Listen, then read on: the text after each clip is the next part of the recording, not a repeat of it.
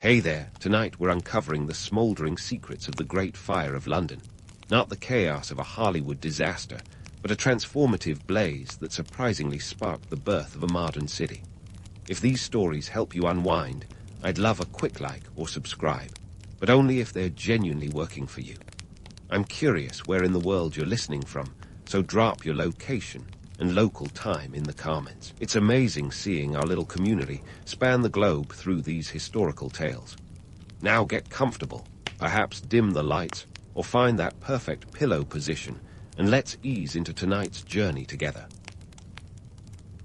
London in 1666 was a bit like a toddler with a matchbox, full of potential and bound to get into trouble. The city was a bustling maze of narrow streets, lined with buildings that seemed to be made of matchsticks and optimism. You see, back in those days, wood was the construction material of choice, and they topped the whole thing off with thatched roofs. That's right, London was essentially a well-organized bonfire waiting for an ignition source. Let's talk numbers, because they paint quite the picture. By the mid-17th century, London had ballooned to a population of around 350,000. To put that in perspective, that's about the same as modern-day Anaheim, California, but with way more risk of accidental immolation. This growing population was crammed into a 1 square mile area known as the City of London. Yeah, all those people were squished into a space that would make a New York apartment seem spacious. The streets, if you could call them that, resembled more of a spaghetti junction than any well-planned grid. They were narrow, muddy in the rain, and dusty in the sun, twisting this way and that like they'd been sketched out by a drunken sailor. And the buildings were packed together so tightly that people could shake hands from opposite windows. Privacy was a luxury, but who needed privacy when you had the invigorating scent of your neighbor's chamber pot wafting in? Now, throw in a penchant for open flames. How else would you cook your dinner or light your way in the absence of electricity? Candles, hearths, and ovens were just part of everyday life, and it seems nobody really thought twice about the fact that everyone was essentially living in a giant tinderbox. It's as if Londoners decided that playing with fire was just all part of the charm. Spoiler alert, it wasn't. The economy of London was thriving, or so it seemed. It was a hub of trade, full of bustling markets and shops. But scratch beneath the surface, and you'd find an undercurrent of instability. The city was rife with social tensions, and the gap between the rich and the poor was as wide as the River Thames. The wealthy merchants and aristocrats lived in style, their homes packed with imported goods and lavish furnishings. Meanwhile, the common folk lived one missed payday away from disaster, packed into cramped alleyways in houses that could hardly stand a strong wind, let alone a firestorm. In this atmospheric powder keg, we meet some of the key players of the time. Thomas Fariner, a baker on Pudding Lane, was one such character. His bakery was just like any other, bustling with business, but it would soon become infamous as the starting point of the Great Fire. Then there was Samuel Pepys, the man who would become the reluctant chronicler of the disaster. A naval administrator with a penchant for detailed diaries, Pepys would leave us with some of the most vivid accounts of the fire. Picture him as the original blogger, only with a feather quill instead of a keyboard. And of course, we can't forget King Charles Roman II, the monarch with the enviable wig collection. He governed a country that was still recovering from the tumultuous English Civil War and the plague just a year earlier. Charles was the kind of king who balanced his responsibilities with a healthy dose of revelry. Think of him as the original work hard, play hard kind of guy. The social and political climate was as precarious as the physical one. Religious tensions simmered beneath the surface, with Protestant and Catholic divides adding fuel to the metaphorical fire. The English Reformation still cast a long shadow, and suspicion abounded. In such an atmosphere, it's no surprise that when things did go up in literal flames, fingers would be quick to point and blame would be fast to follow. So here we are, in a city that was practically begging for a disaster. Londoners went about their daily lives, blissfully unaware that their city was a pyromaniac's dream. With wooden homes packed tighter than a tin of sardines, narrow streets that could barely fit a horse, and enough open flames to make a fire marshal weep, it begs the question, who thought this was a good idea? But hey, hindsight's 20/20, and if nothing else, it's clear that Londoners had a flair for living dangerously. As the stage is set for the inevitable, we can only marvel at the sheer audacity of it all. The city was a precarious blend of progress and peril, wealth and poverty, innovation and ignorance. The Great Fire was just waiting in the wings, ready to make its fiery debut. And trust me, when it did, it was a showstopper. And so, the stage was set, with London in 1666 eagerly awaiting its moment in the spotlight. It was the early hours of September 2nd, a time when most respectable folks were tucked up in bed, dreaming of things far removed from fiery catastrophe. Well, most folks except for Thomas Fariner, whose cozy little bakery on Pudding Lane was about to become the epicenter of chaos. Picture this. A small ember, probably just an afterthought of the day's bread baking, suddenly decided it was time for a bit of mischief. And just like that, the Great Fire of London was born, with all the subtlety of a rock concert in a library. Now, here's the kicker. It wasn't just the ember's fault. No, the true villain of this tale was the combination of bone-dry timber buildings and a city plan that acted like a giant set of dominoes. The fire spread with a speed that would make a modern-day sprint look leisurely. By the time Londoners realized they weren't just dreaming of warmth, the flames had already jumped from Fariner's bakery to neighboring structures with the finesse of an acrobat. The city's twisted, narrow streets did little to help. They might as well have been inviting the fire to race through them like a kid through a candy store. As the inferno raged, the city's firefighting efforts could generously be described as quaint. Back then, firefighting was less about organized response and more about enthusiastic chaos. The main method, buckets of water passed hand to hand in a haphazard relay. Imagine trying to douse a bonfire with a teaspoon, and you're on the right track. Even the few fire engines available were more for show than actual firefighting. Wooden contraptions that looked like they'd collapse under the weight of their own ambition. And then there was the brilliant idea of fire breaks. In theory, demolishing buildings to create a gap for the fire to stop was sound logic. In practice, it was like trying to stop a charging bull with a feather duster. The problem was that nobody could agree on which buildings to sacrifice, and by the time decisions were made, the fire had long since moved on, leaving arguments in its smoky wake. Amid the chaos, people scrambled to save what they could. Forget essentials like food or clothing. No, it was prized possessions that took precedence. People were seen dragging mattresses, family portraits, and even chamber parts out of their homes.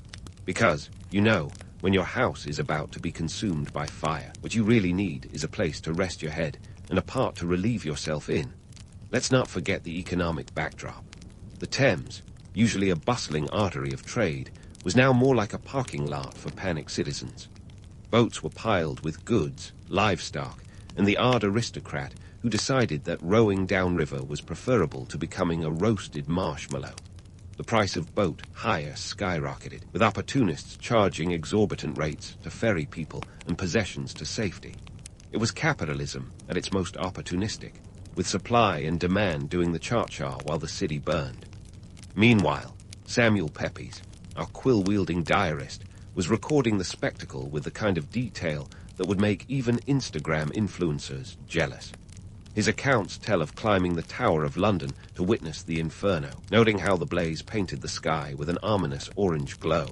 He even buried his precious Parmesan cheese and wine in the garden, a move that might seem odd until you realize how much he valued those luxuries. It's a testament to human nature. When faced with disaster, we cling to whatever brings us comfort, even if it's a wedge of cheese.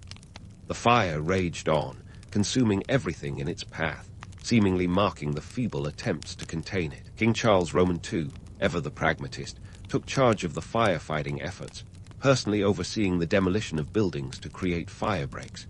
His presence lent a sense of urgency, though one might argue it was akin to leading a cavalry charge against a hurricane. As the flames leapt from building to building, it became painfully clear that London was woefully unprepared for such a disaster. The city's infrastructure, or lack thereof, was laid bare, revealing a systemic failure that went beyond mere accident. This was a city that had grown too quickly, too recklessly, and now it was paying the price in ash and cinders. In the midst of the destruction, rumors began to swirl. Some blamed the Dutch or the French, enemies in the ongoing Anglo-Dutch wars, suggesting sabotage. Others pointed fingers at Catholics, capitalizing on religious tensions to stoke fear and paranoia. It's a tale as old as time. When disaster strikes, we look for scapegoats, desperate to assert control over the uncontrollable.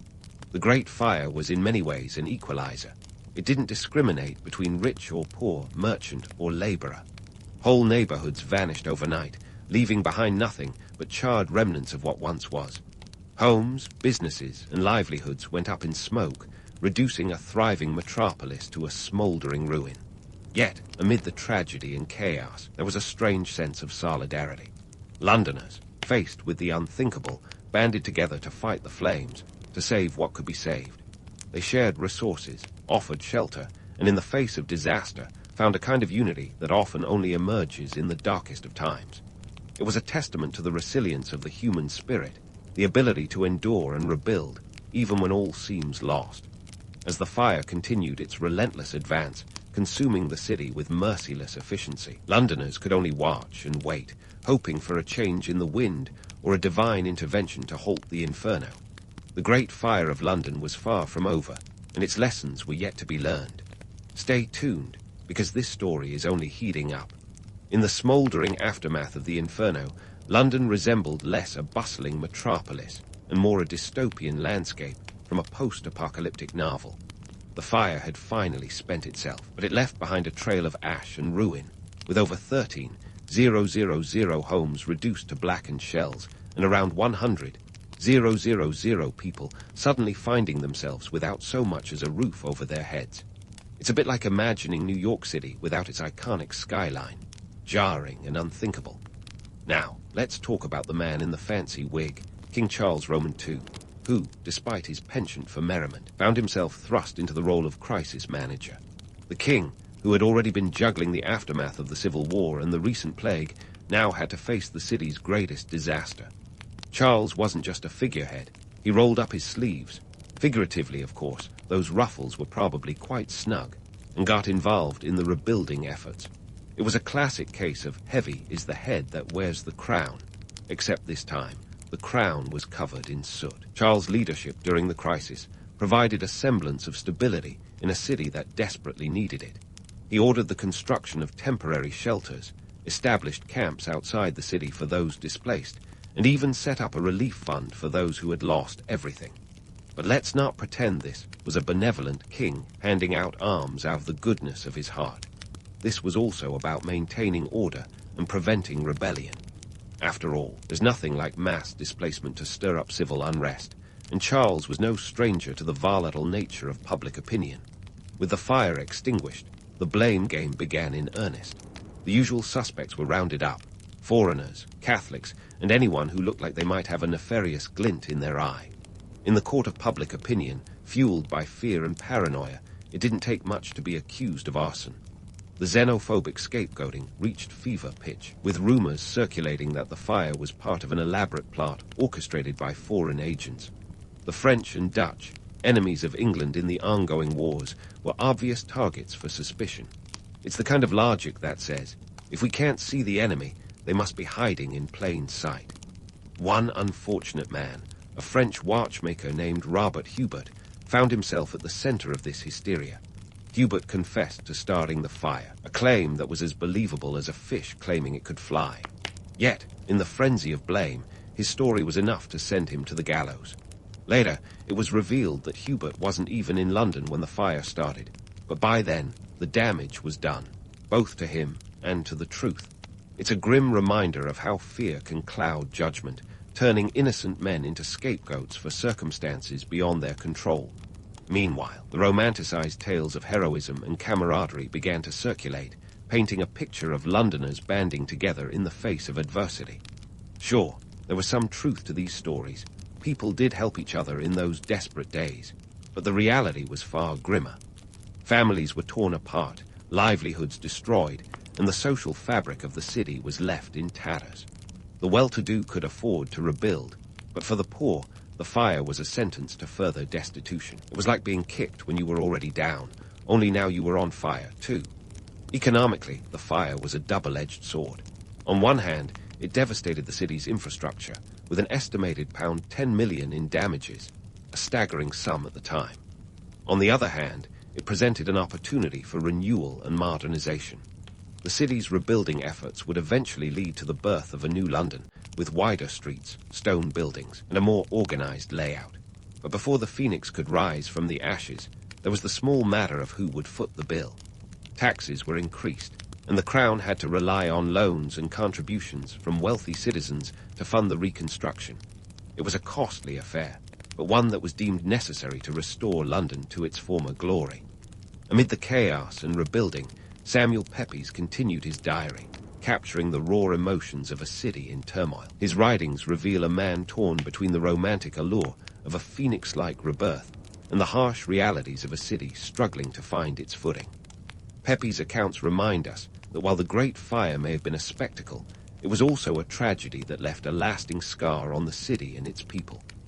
The aftermath of the Great Fire of London was a complex tapestry of political maneuvering, social upheaval, and economic challenges. It was a time of uncertainty and transformation, where the old ways were literally burned away, making room for something new. As the city slowly rose from the ashes, the lessons of the past were etched into its very foundations, lessons of resilience, unity, and the dangers of letting fear dictate actions. So, as London embarked on its journey of reconstruction, the people were left to ponder the future. Would they learn from the past, or were they doomed to repeat the mistakes that had led to the conflagration? Only time would tell, but one thing was certain. The Great Fire had forever changed the face of London, leaving behind both an indelible mark and a story that would be told for generations to come. And for us, dear reader, we're not done yet. There's still more to uncover about this fiery chapter in history, so stay tuned as we continue to explore the aftermath and the lessons learned, or not, from the Great Fire of London.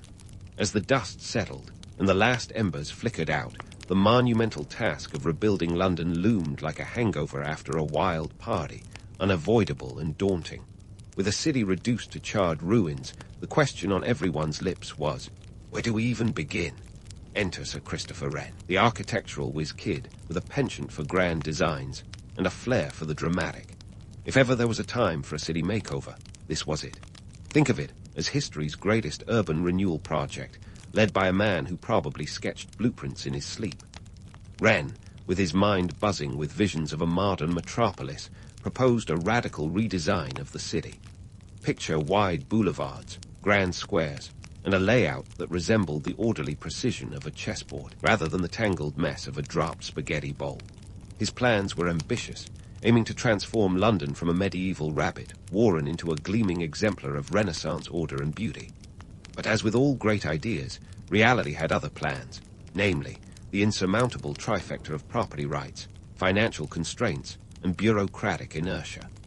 You see, London's land was a patchwork of ownership, with lords, merchants, and commoners all staking a claim. Wren's vision required sweeping changes, but convincing thousands of landowners to hand over their charred plots was akin to suggesting they donate a kidney, understandably met with resistance.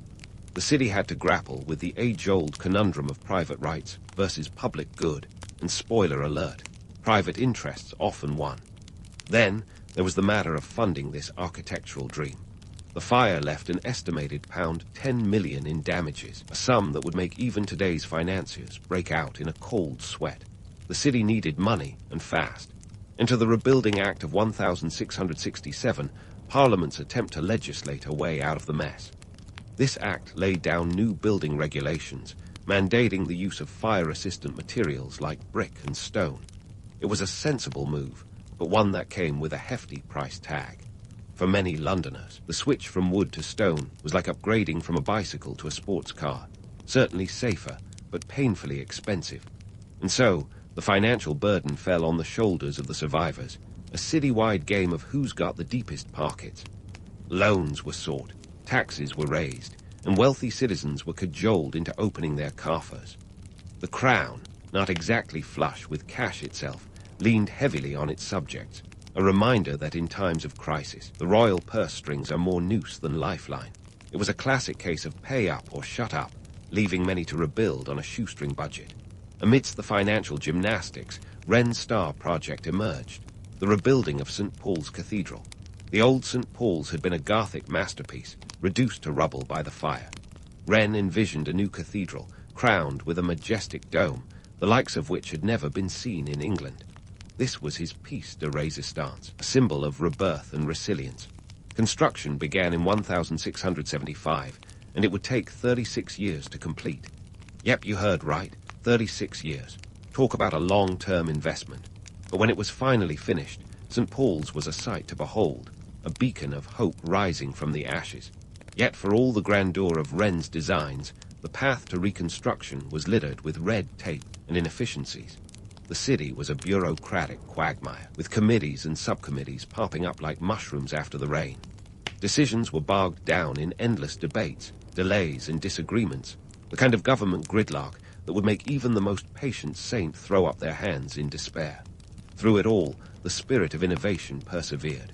The fire prompted not just architectural changes, but policy innovations as well.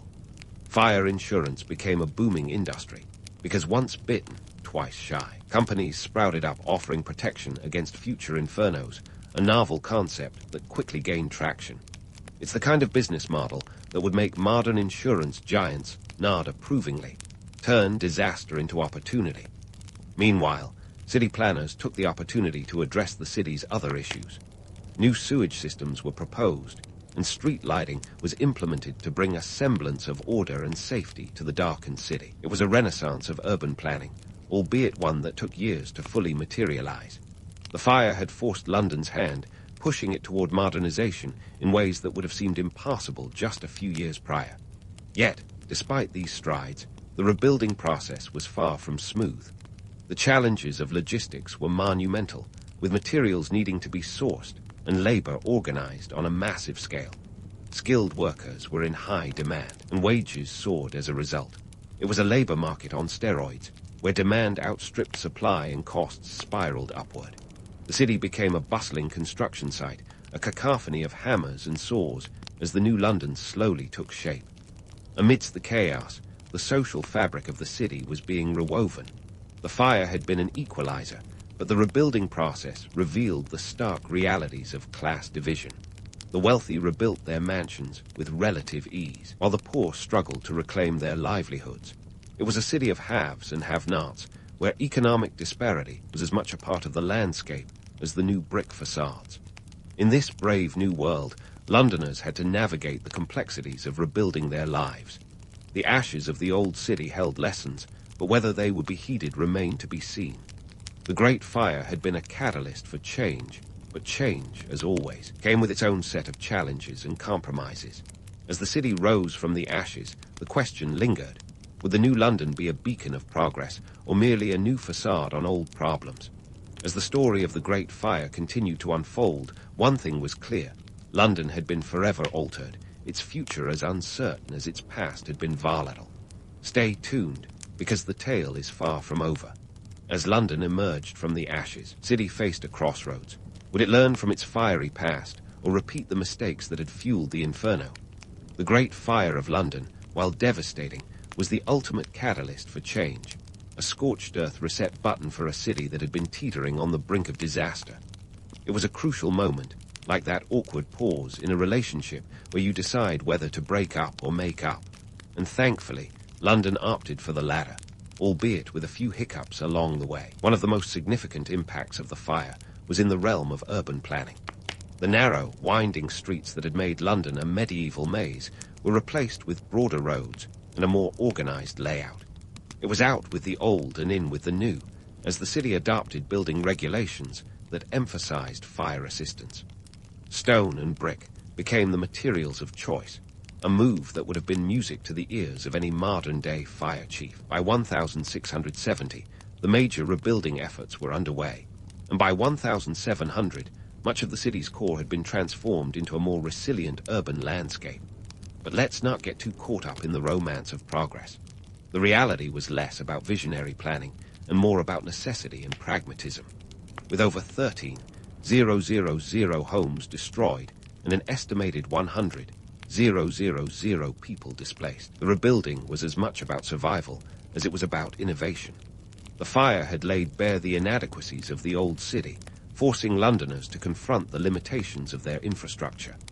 It was a harsh lesson in crisis management, one that underscored the importance of being prepared for the worst, even when you think you're living your best life.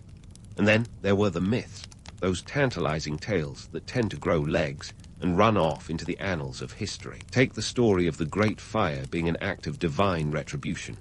It was a comforting narrative for some, a way to rationalize the chaos by blaming it on higher powers.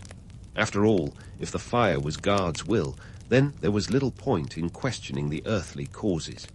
Yet, this myth glosses over the very human errors that contributed to the disaster, like the lack of a coordinated fire brigade or the refusal to demolish buildings quickly enough to create effective fire breaks. It's a classic case of blaming the dog for eating your homework when you never did it in the first place. Another enduring myth is that the fire miraculously rid the city of the plague. While it's true that the Great Plague of 1665-1666 had decimated the population, the fire didn't exactly play the role of an urban cleansing agent. The plague had already been on its way out, thanks to a particularly harsh winter that did more to kill off the fleas and rats spreading the disease than any amount of fire could. But hey, never let facts get in the way of a good story, right? Economically, the fire was both a disaster and a boon. The immediate aftermath saw an economic downturn, with businesses obliterated and trade disrupted. The cost of rebuilding was astronomical, with contemporary estimates putting it at £10 million, a fortune that required loans, increased taxes, and royal intervention to manage. Yet, in the long run, the fire paved the way for economic renewal. As the city rebuilt, it attracted skilled workers, architects, and artisans. The construction boom provided employment and stimulated growth, setting the stage for London's emergence as a global financial hub in the centuries to follow. Politically, the Great Fire was a test of leadership, and King Charles Roman II, despite his reputation for revelry, rose to the occasion. His involvement in the recovery efforts helped stabilize a city teetering on the edge of chaos. Charles understood that maintaining public order was crucial, and he deftly used the situation to reinforce his authority. The fire thus served as a reminder of the delicate balance between governance and disaster, highlighting the importance of decisive action and clear communication in times of crisis. And what about the social impact? The fire was an equalizer in destruction, but not in recovery. The wealthy rebuilt with relative ease, their resources cushioning the blow, while the poor faced an uphill battle. The displacement exacerbated existing inequalities, and the new city, though more organized and fire-resistant, was still a place of stark contrasts. The gap between rich and poor remained as wide as ever, a sobering reminder that while architecture can change, human nature often remains stubbornly the same. As London rose from the ashes, it carried forward the lessons of the Great Fire, though not always with perfect recall. The fire prompted improvements in urban planning and crisis management, yet history's tendency to repeat itself was never far from the minds of those who had lived through it. Like a cautionary tale whispered down through the generations, the fire's legacy was one of resilience tempered by the ever-present possibility of relapse. In the end, the Great Fire of London was more than just an urban disaster.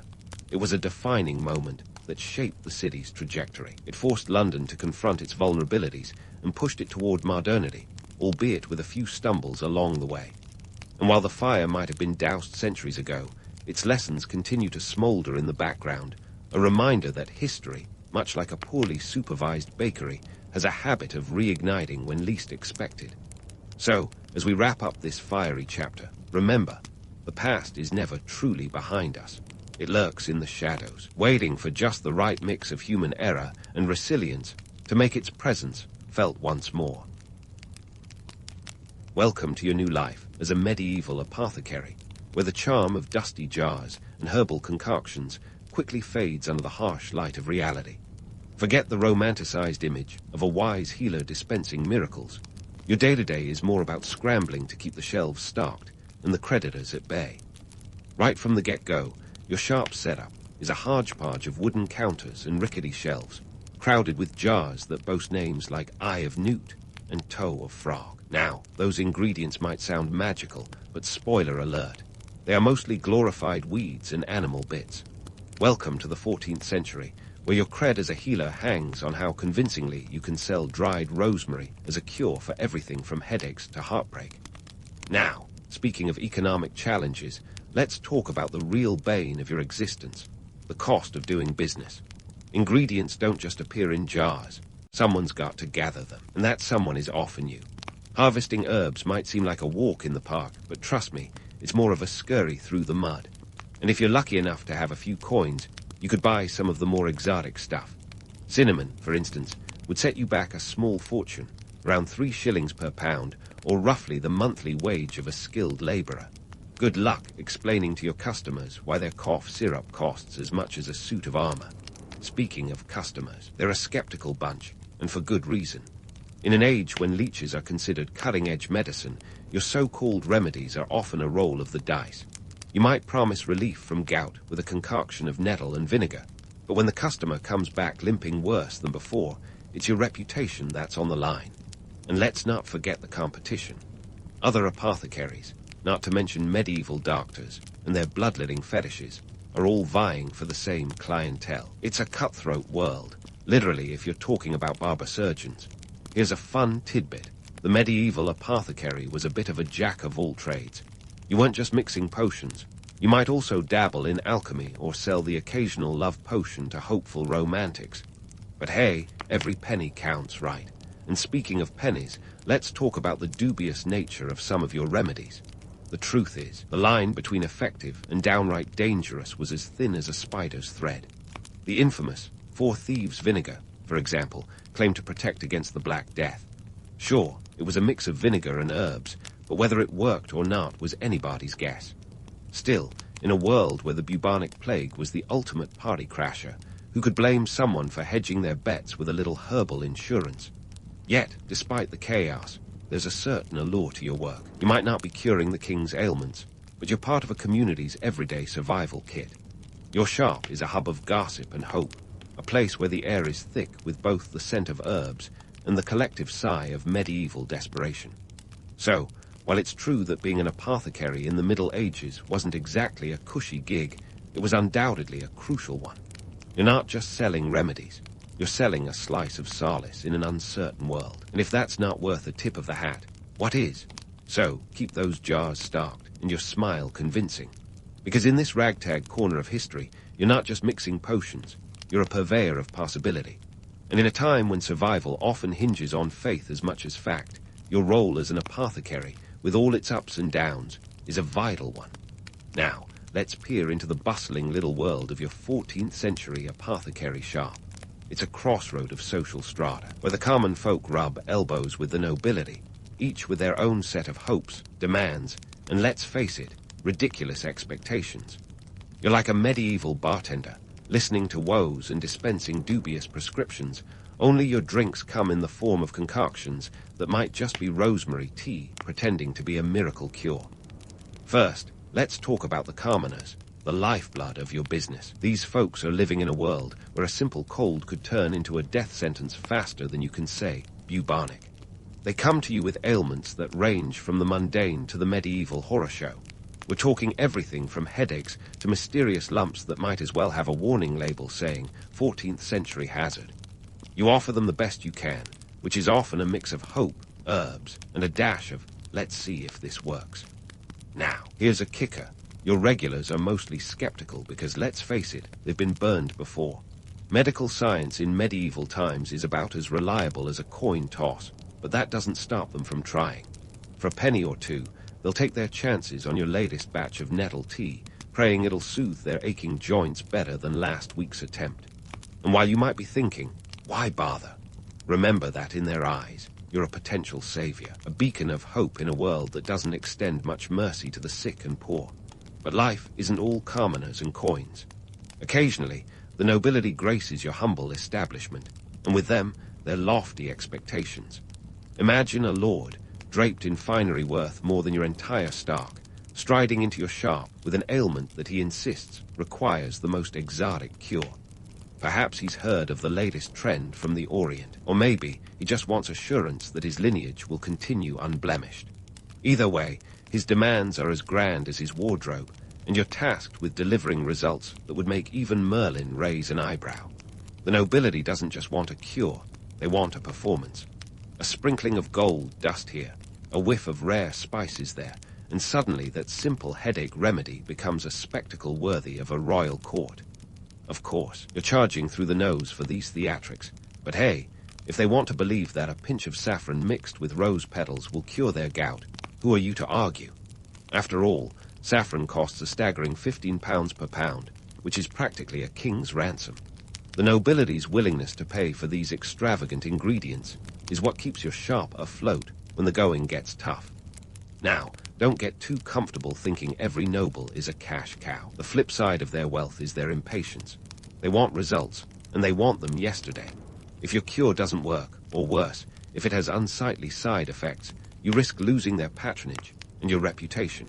And let's not forget about the whispers of witchcraft that could easily turn your apothecary into a scene straight of a medieval horror story. In an era where knowledge and superstition walk a tightrope, you better be careful not to fall on the wrong side. Pressure, you bet, but there's a strange thrill in the challenge, isn't there? You're part of an unspoken contract. You provide the illusion of certainty in a world where certainty is as rare as a dragon sighting. Whether you're dealing with a peasant or a prince, you're in the business of managing expectations as much as mixing potions. It's a delicate dance of diplomacy and deception, one that requires a deft touch and an even steadier hand. And in between serving your eclectic clientele, you're also playing the role of confidant. Your shop is where secrets are whispered and gossip is traded like currency. You know which lady-in-waiting has a penchant for love potions, and which merchant is seeking a remedy for more personal issues. This information, while juicy, is also your insurance policy. In a world where alliances shift like sand, knowledge is power, and discretion is key.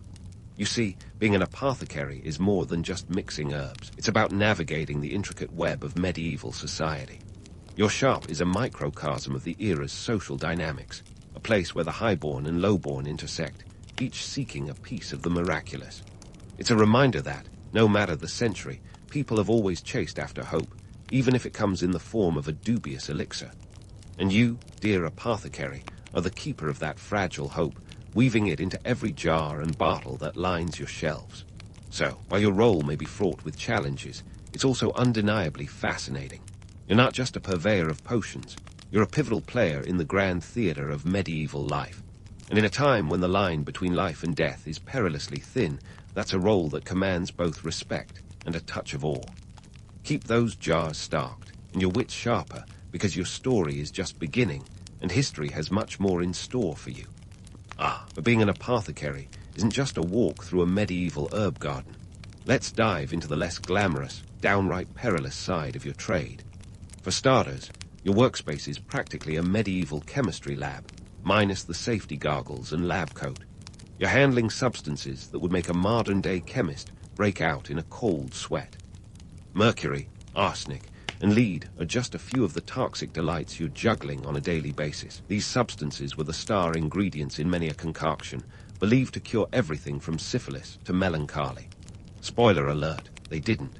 Instead, they often led to what we now call, what the heck were they thinking? Syndrome. It's not just your customers at risk. There's no OSHA in the 14th century to enforce workplace safety standards. You're inhaling fumes and handling powders that could very well be shaving years off your life expectancy. But hey, who needs longevity when you're living in a time where the average lifespan is around 35 years anyway? Right. And with the plague knocking at your door every few decades, it's not like you're planning for a long retirement. Speaking of planning, your career path is as winding as a medieval alley.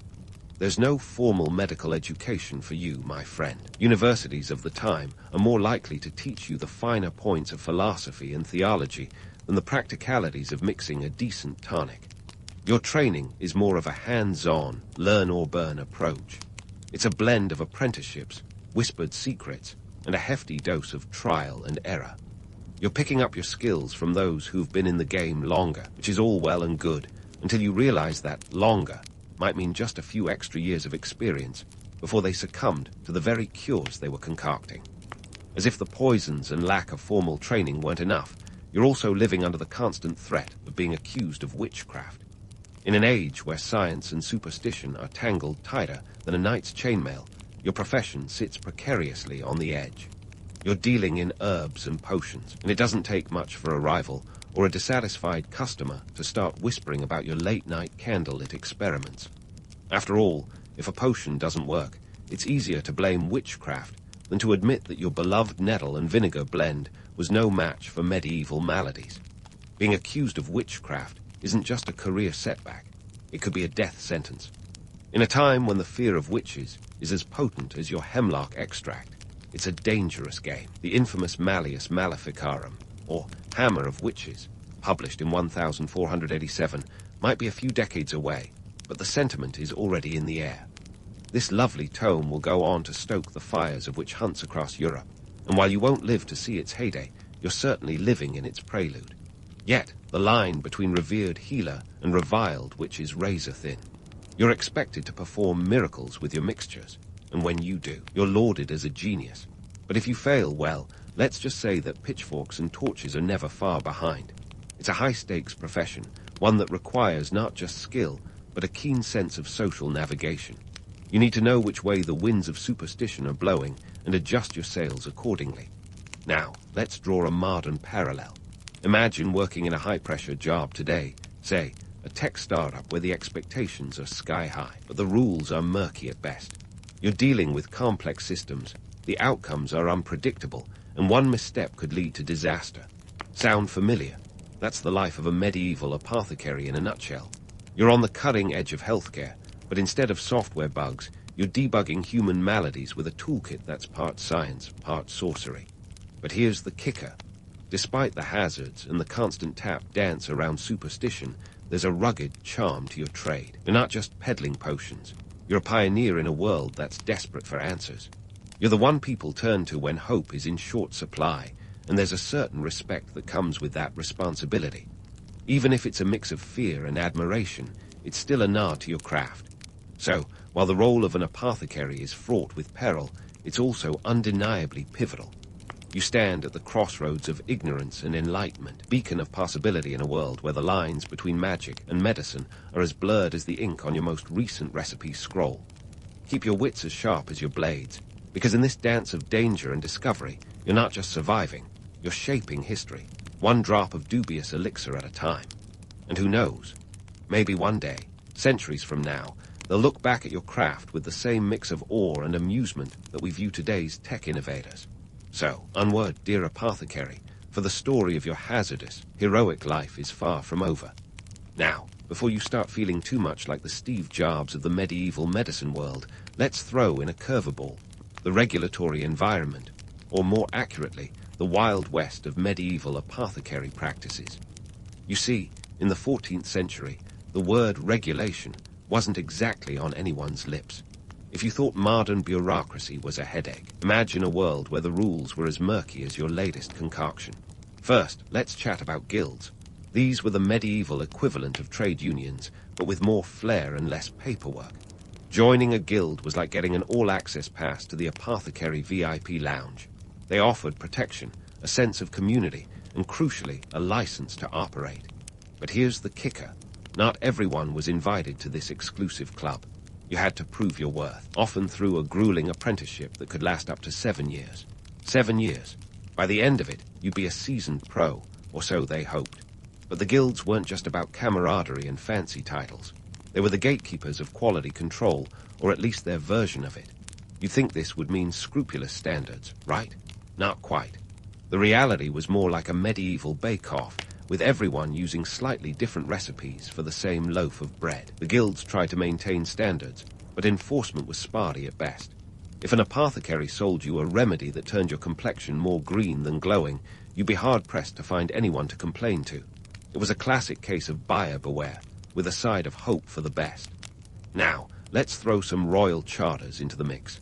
These were essentially the king's way of saying, I see you, I acknowledge you, and here's a fancy piece of paper to prove it. A royal charter could elevate an apothecary's status, giving them a monopoly in a particular area. But like anything involving royalty, it could also be a double-edged sword. Sure, you had the king's blessing, but you also had to toe the line. Displease the crown, and you might find yourself out of business, or worse. Contrast this with today's pharmaceutical industry, where the red tape is thicker than a medieval moat. Modern drug regulations are a labyrinth of laws, safety checks, and clinical trials. The FDA, for example, requires a drug to pass through 3 phases of clinical trials before it hits the market. That's years of rigorous testing, a far cry from the days when a new remedy was tested on whoever was brave or desperate enough to try it. But back to the medieval scene.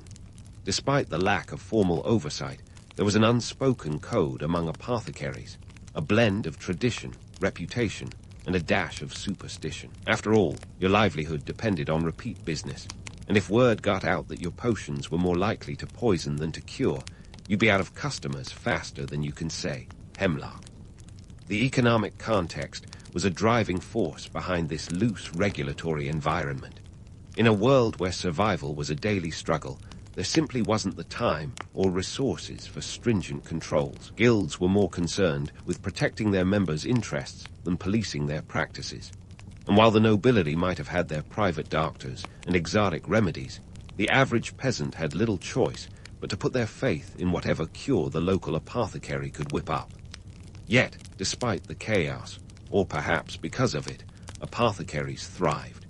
They were the trusted figures in their communities, the unsung heroes battling the ailments of the day with little more than common sense and a handful of herbs. It was a role that demanded ingenuity and adaptability, qualities that would serve them well in the centuries to come as science began to separate itself from superstition. And so, dear apothecary, you find yourself in a world where the boundaries between healer and charlatan are as blurred as the lines on your parchment recipe. It's a world begging for innovation, where every herbal remedy is a step closer to understanding the mysteries of the human body. You stand at the crossroads of tradition and transformation, a pioneer in an era where the only constant is change. As we meander through the maze of medieval medicine, one thing becomes clear. The apothecary's journey is far from over. With guilds, royal charters, and a sprinkle of personal grit, you are the bridge between the past's herbal remedies and the future's scientific discoveries. So keep those pestles grinding and your eyes on the horizon, because the next chapter in the story of the medieval apothecary is waiting to be written.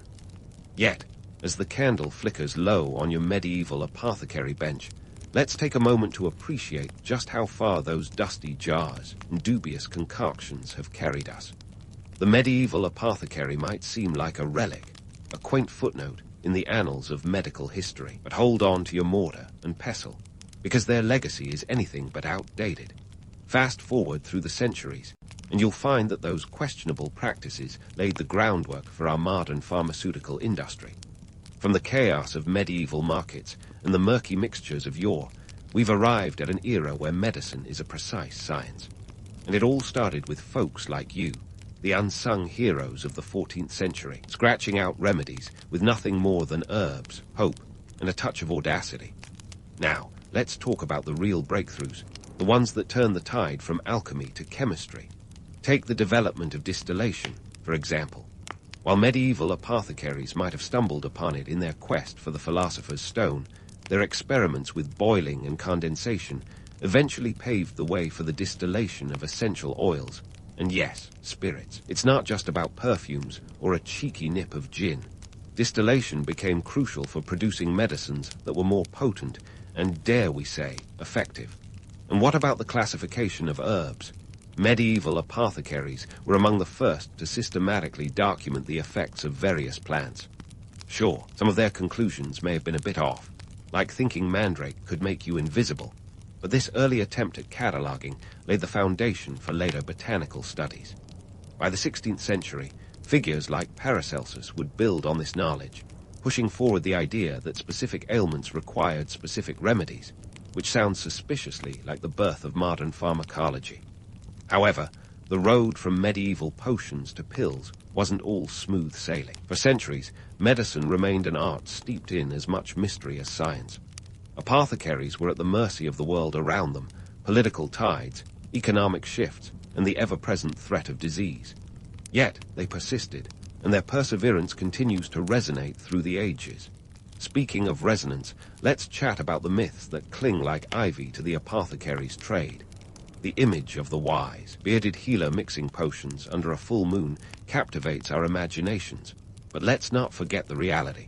The average apothecary was more likely to be found haggling over the price of cinnamon than concocting elixirs with mystical properties. Still, it's this blend of myth and fact that gives the apothecary their enduring allure. Take the modern pharmacist, today's descendant of the medieval apothecary. Just like you, they serve as a community cornerstone, dispensing not just drugs, but advice, solace, and a listening ear. They operate in a world regulated by stringent laws and scientific precision, yet their role as a trusted advisor remains unchanged. It's as if the spirit of the medieval apothecary, with all its quirks and contradictions, lingers on. And then there's the economic impact. The apothecary's shop was a microcosm of medieval commerce, a testament to the entrepreneurial spirit that drove their trade. In a time when a pound of saffron could cost more than a horse, every transaction was a delicate dance of supply and demand. Today, that legacy lives on in the pharmaceutical industry, a behemoth worth over $1 trillion globally, yet still rooted in the basic principles of trade established centuries ago. But let's not get too misty-eyed about the past. The journey from medieval apothecary to modern medicine wasn't all herbal remedies and happy endings. It was filled with trial and error, with plenty of emphasis on the error. From the early days of bloodletting to the more recent missteps of the 20th century, the history of medicine is littered with cautionary tales. Yet each step, each miscalculation, brought us closer to the healthcare systems we rely on today. So, where does that leave us? In a world where the lines between myth and reality blur, and where hope often clings to the most unlikely of remedies, the story of the medieval apothecary is a reminder of resilience. It's a tale of human ingenuity, of the relentless pursuit of knowledge in the face of uncertainty. In the end, the apothecary's legacy isn't just in the bottles and balms they left behind, but in the spirit of curiosity and compassion that continues to drive the science of healing. As we close the book on our medieval apothecary's journey, let's tip our hats to the pioneers who dared to mix a little magic with their medicine. They didn't just sell potions, they sold possibility in a world desperately in need of both. And who knows, perhaps the next time you pick up a prescription, you'll spare a thought for those early healers, whose blend of grit and gumption paved the way for the miracles of modern medicine. Because in the grand scheme of things, the story of the apothecary is far from over. It's simply evolved, with a nod to the past and an eye on the future. In the wild, bustling world of 14th century West Africa, Mansa Musa was the kind of ruler who could make even the most lavish Game of Thrones character look like they were on a tight budget. But before we dive into tales of his legendary wealth and golden antics, let's rewind a bit and see how Musa rose to the top of the Mali Empire, a place where gold wasn't just a shiny rock, but the currency of power and prestige. So, who was this Musa before he became Mansa, which, by the way, is just a fancy title for king? Born into the Qaeda dynasty, he wasn't exactly next in line for the throne. Think of him as the kid who was playing on the B team before he unexpectedly got called up to the majors. His predecessor, Abubakar Roman II, decided to go all Christopher Columbus and set off on an oceanic adventure, leaving Musa to step in as deputy. Spoiler alert, Abubakar never returned. One man's failed sea voyage is another man's royal promotion. Mansa Musa officially took the throne around 1312 CE, and if you're thinking he just waltzed into power without having to deal with any political shenanigans, think again. The Mali Empire was a land of opportunity and intrigue, with a side of backroom deals. Picture a kingdom stretching over 200 miles across West Africa, filled with bustling trade routes and a melting pot of cultures. Mali had it all: gold, salt, and enough political maneuvering to make a reality TV show look tame. Now, let's talk resources. Gold and salt were the bread and butter of Mali's economy. Literally, these were the resources that kept the empire's coffers overflowing. Mali's goldfields produced almost half of the old world's gold, and the salt mines were just as lucrative. You might think that salt isn't that exciting today, but back then, it was the medieval world's version of Bitcoin. Valuable, coveted, and people were willing to go to great lengths to get it. Musa knew the game well. He capitalized on the geography and resources of the empire like a savvy CEO. Camel caravans, loaded with gold and salt, crisscrossed the Sahara, turning Mali into the medieval equivalent of a Fortune 500 company. But it wasn't just about the goods, it was about the connections. Musa understood that controlling trade meant controlling power. By forging alliances, and let's be honest, flexing his wealth, he expanded the empire's influence across West Africa. But what about the man himself? Mansa Musa wasn't just a king with a good head for numbers. He was a devout Muslim, and his faith was a cornerstone of his reign. It's worth noting that Islam was the glue that held much of the empire together, providing a shared religious and legal framework. Musa championed Islamic scholarship and education, turning cities like Timbuktu into centers of learning. You could say he was like a patron saint of libraries before it was cool, and he did it all while dressed in the finest silks, because why not look good while ruling an empire? Now, remember, this was a time rife with myths and legends. Stories of Musa's wealth and generosity spread far and wide, and not without reason. He did famously go on a pilgrimage to Mecca with an entourage that supposedly included thousands of people and hundreds of camels laden with gold. But we'll get to his epic journey in a later episode. For now, let's focus on this. Musa's rise wasn't just about inheriting a throne. It was about savvy diplomacy, strategic marriages, and leveraging Mali's natural resources to build a powerhouse of a kingdom. Of course, no tale of a king is complete without a little myth-busting. While Musa is often portrayed as a benevolent ruler, it's important to remember that his empire, like any other, thrived on the labor and sweat of countless individuals. The Mali Empire was no utopia. It was a complex society with its own social hierarchies and challenges. But Musa's reign was undeniably transformative. He took the foundation laid by his predecessors and built an empire that would be remembered for centuries. So, there you have it.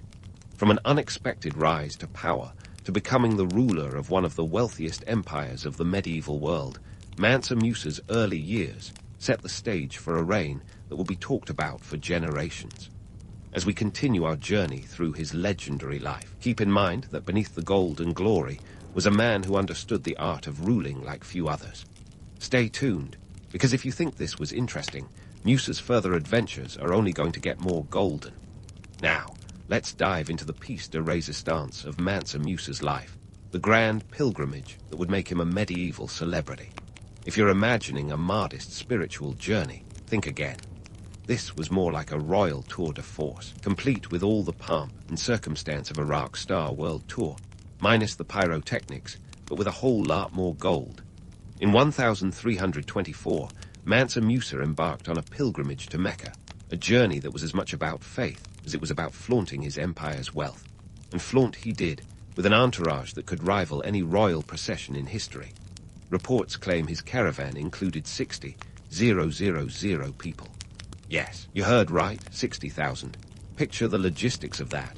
A small city's worth of people traversing the desert. It's like organizing a Coachella lineup, but with camels instead of food trucks. And speaking of camels, Musa didn't skimp on those. He reportedly took along hundreds of them, each carrying up to 300 pounds of gold. Now, here's where things get interesting. If gold had a frequent flyer program, those camels would have racked up enough miles to circle the globe a few times over. But the real kicker, Musa handed out gold like it was going out of style. His generosity was legendary, and it didn't take long for word to spread. One stop on his journey was Cairo, a bustling metropolis and a key hub in the medieval world. When Musa's caravan rolled into town, it wasn't just the size of his entourage that caught attention. It was his habit of giving away gold to the poor and buying lavish gifts for local officials. Talk about making an entrance. But here's where the tale takes a turn. Musa's gold-giving spree reportedly caused hyperinflation in Cairo, devaluing gold for over a decade. Imagine a Black Friday sale that wrecks the economy for years, a spendthrift's version of a financial crisis. Now, let's hit pause on the tale of overflowing treasure chests and consider the bigger picture. Musa's pilgrimage wasn't just a vanity project. It had significant diplomatic and economic implications. By showcasing the wealth of the Mali Empire, he was effectively putting it on the map, literally and figuratively. His journey highlighted the economic might of West Africa, drawing the attention of traders and scholars alike. It was medieval marketing at its finest, and it worked. Mali became a household name in the known world, attracting merchants from Venice to Baghdad. But let's not get swept away by the romanticism of it all. While the tales of Musa's generosity and the staggering wealth of his caravan are captivating, they're not without a touch of hyperbole. Historical accounts, often penned decades later, tend to embellish. It's like the medieval version of a fish story, where the fish keeps getting bigger every time it's told. While it's likely Musa's journey was as grand as depicted, the exact numbers might be as slippery as gold itself. What's undeniable, though, is the impact of his pilgrimage. Musa's display of wealth and piety reshaped international perceptions of Africa, challenging the prevailing stereotypes of the time. This wasn't just any kingdom. It was a sophisticated empire with immense resources and cultural depth. Musa's journey was a diplomatic maneuver as much as a religious obligation, reinforcing alliances and opening new trade routes. And let's not forget the cultural exchange. The pilgrimage facilitated the spread of ideas and knowledge. Scholars and architects from across the Islamic world traveled back to Mali with Musa, transforming cities like Timbuktu into vibrant centers of learning. It was the medieval equivalent of a brain gain, with the empire benefiting from new influences and innovations. Yet, beneath the glitz and glamour was the stark reality of empire building. The Mali Empire, like any other, thrived on systems that were far from equitable.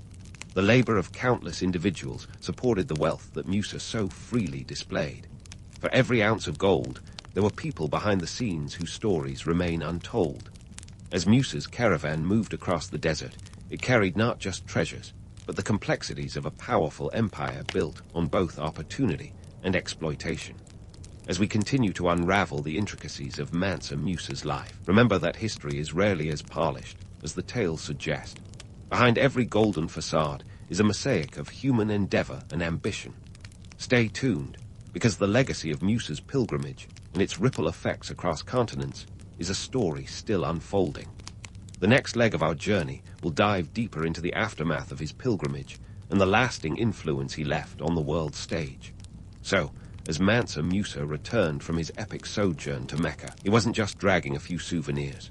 Nope, he was hauling back a treasure trove of ideas, scholars, and artisans who would help shape the Mali Empire's destiny. This wasn't just a victory lap. It was the dawn of a cultural renaissance that would turn Timbuktu into the medieval world's version of Silicon Valley. First up on Musa's to-do list, construction. Not just any construction.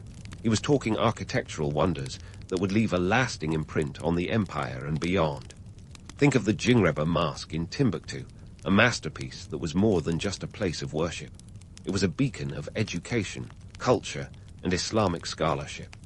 Built in 1327 with the help of architect Abu Ishaq al-Sahili, whom Musa met during his pilgrimage, the mosque was financed with 200 kilograms of gold. Yes, you heard right. 200 kilos of pure, unadulterated gold just to get the ball rolling. You could say Musa was the original go big or go home kind of guy. The mosque wasn't just a vanity project, it was a statement. By investing in grand structures and Islamic institutions, Musa was effectively saying, "Hey, world, look at us. We're not just about gold and camels, we're about culture and learning too." Timbuktu quickly became a hub for scholars and traders, attracting intellectuals from across the Islamic world. The city's libraries, filled with manuscripts on everything from astronomy to law, became the envy of medieval scholars from Cairo to Baghdad. It was like the Library of Alexandria, but with fewer fires and more sand. But hold on, before we romanticize Timbuktu as this idyllic scholarly paradise. Let's get real. The city's rise didn't happen in a vacuum. It was the result of Musa's calculated investments and a strategic location that made it a crossroads for trade routes. Mali wasn't just sitting on a pot of gold. It was sitting on a gold mine of economic opportunities. The influx of scholars and architects wasn't just about cultural enrichment. It was about turning Timbuktu into a thriving marketplace where ideas and goods exchanged hands faster than you can say, Silk Road. Musa's reign was a balancing act of faith and finance, culture and commerce.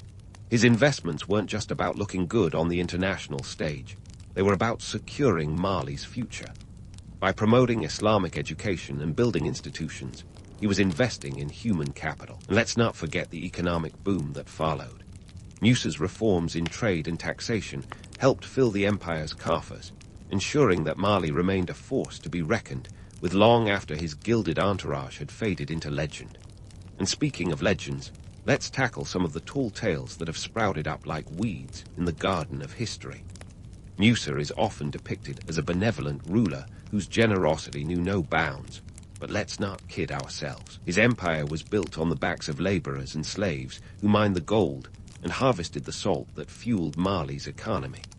Behind every gold coin was a web of human toil that often goes untold in the glittering narratives. The truth is, Musa's empire was a complex, multifaceted society with its own set of challenges and inequalities. The Mali Empire thrived on a system that, while prosperous for some, was built on exploitation and hierarchy. Musa's investments in culture and education were undeniably transformative, but they were also a tool for maintaining power and control. The scholarly centers he established were as much about consolidating his rule as they were about cultural enlightenment. Yet, despite the less-than-romantic realities, Musa's reign left an indelible mark on history. His strategic vision and cultural investments turned Timbuktu into a legendary city that would capture the imagination of explorers and scholars for centuries to come. The manuscripts preserved in its libraries became invaluable sources of knowledge, providing insights into the Islamic world and beyond. In the grand tapestry of history, Mansa Musa's story is a mosaic of ambition, wealth, and cultural brilliance interwoven with the gritty realities of empire building. His legacy is as much about the dreams of a ruler who dared to think big as it is about the untold stories of those who lived and worked in his shadow. As we continue to explore the ripple effects of his reign, remember that behind every grand narrative is a complex web of human experiences waiting to be uncovered. The story of Mansa Musa is far from over, so stay tuned as we delve deeper into the aftermath of his pilgrimage and the enduring influence of his epic journey.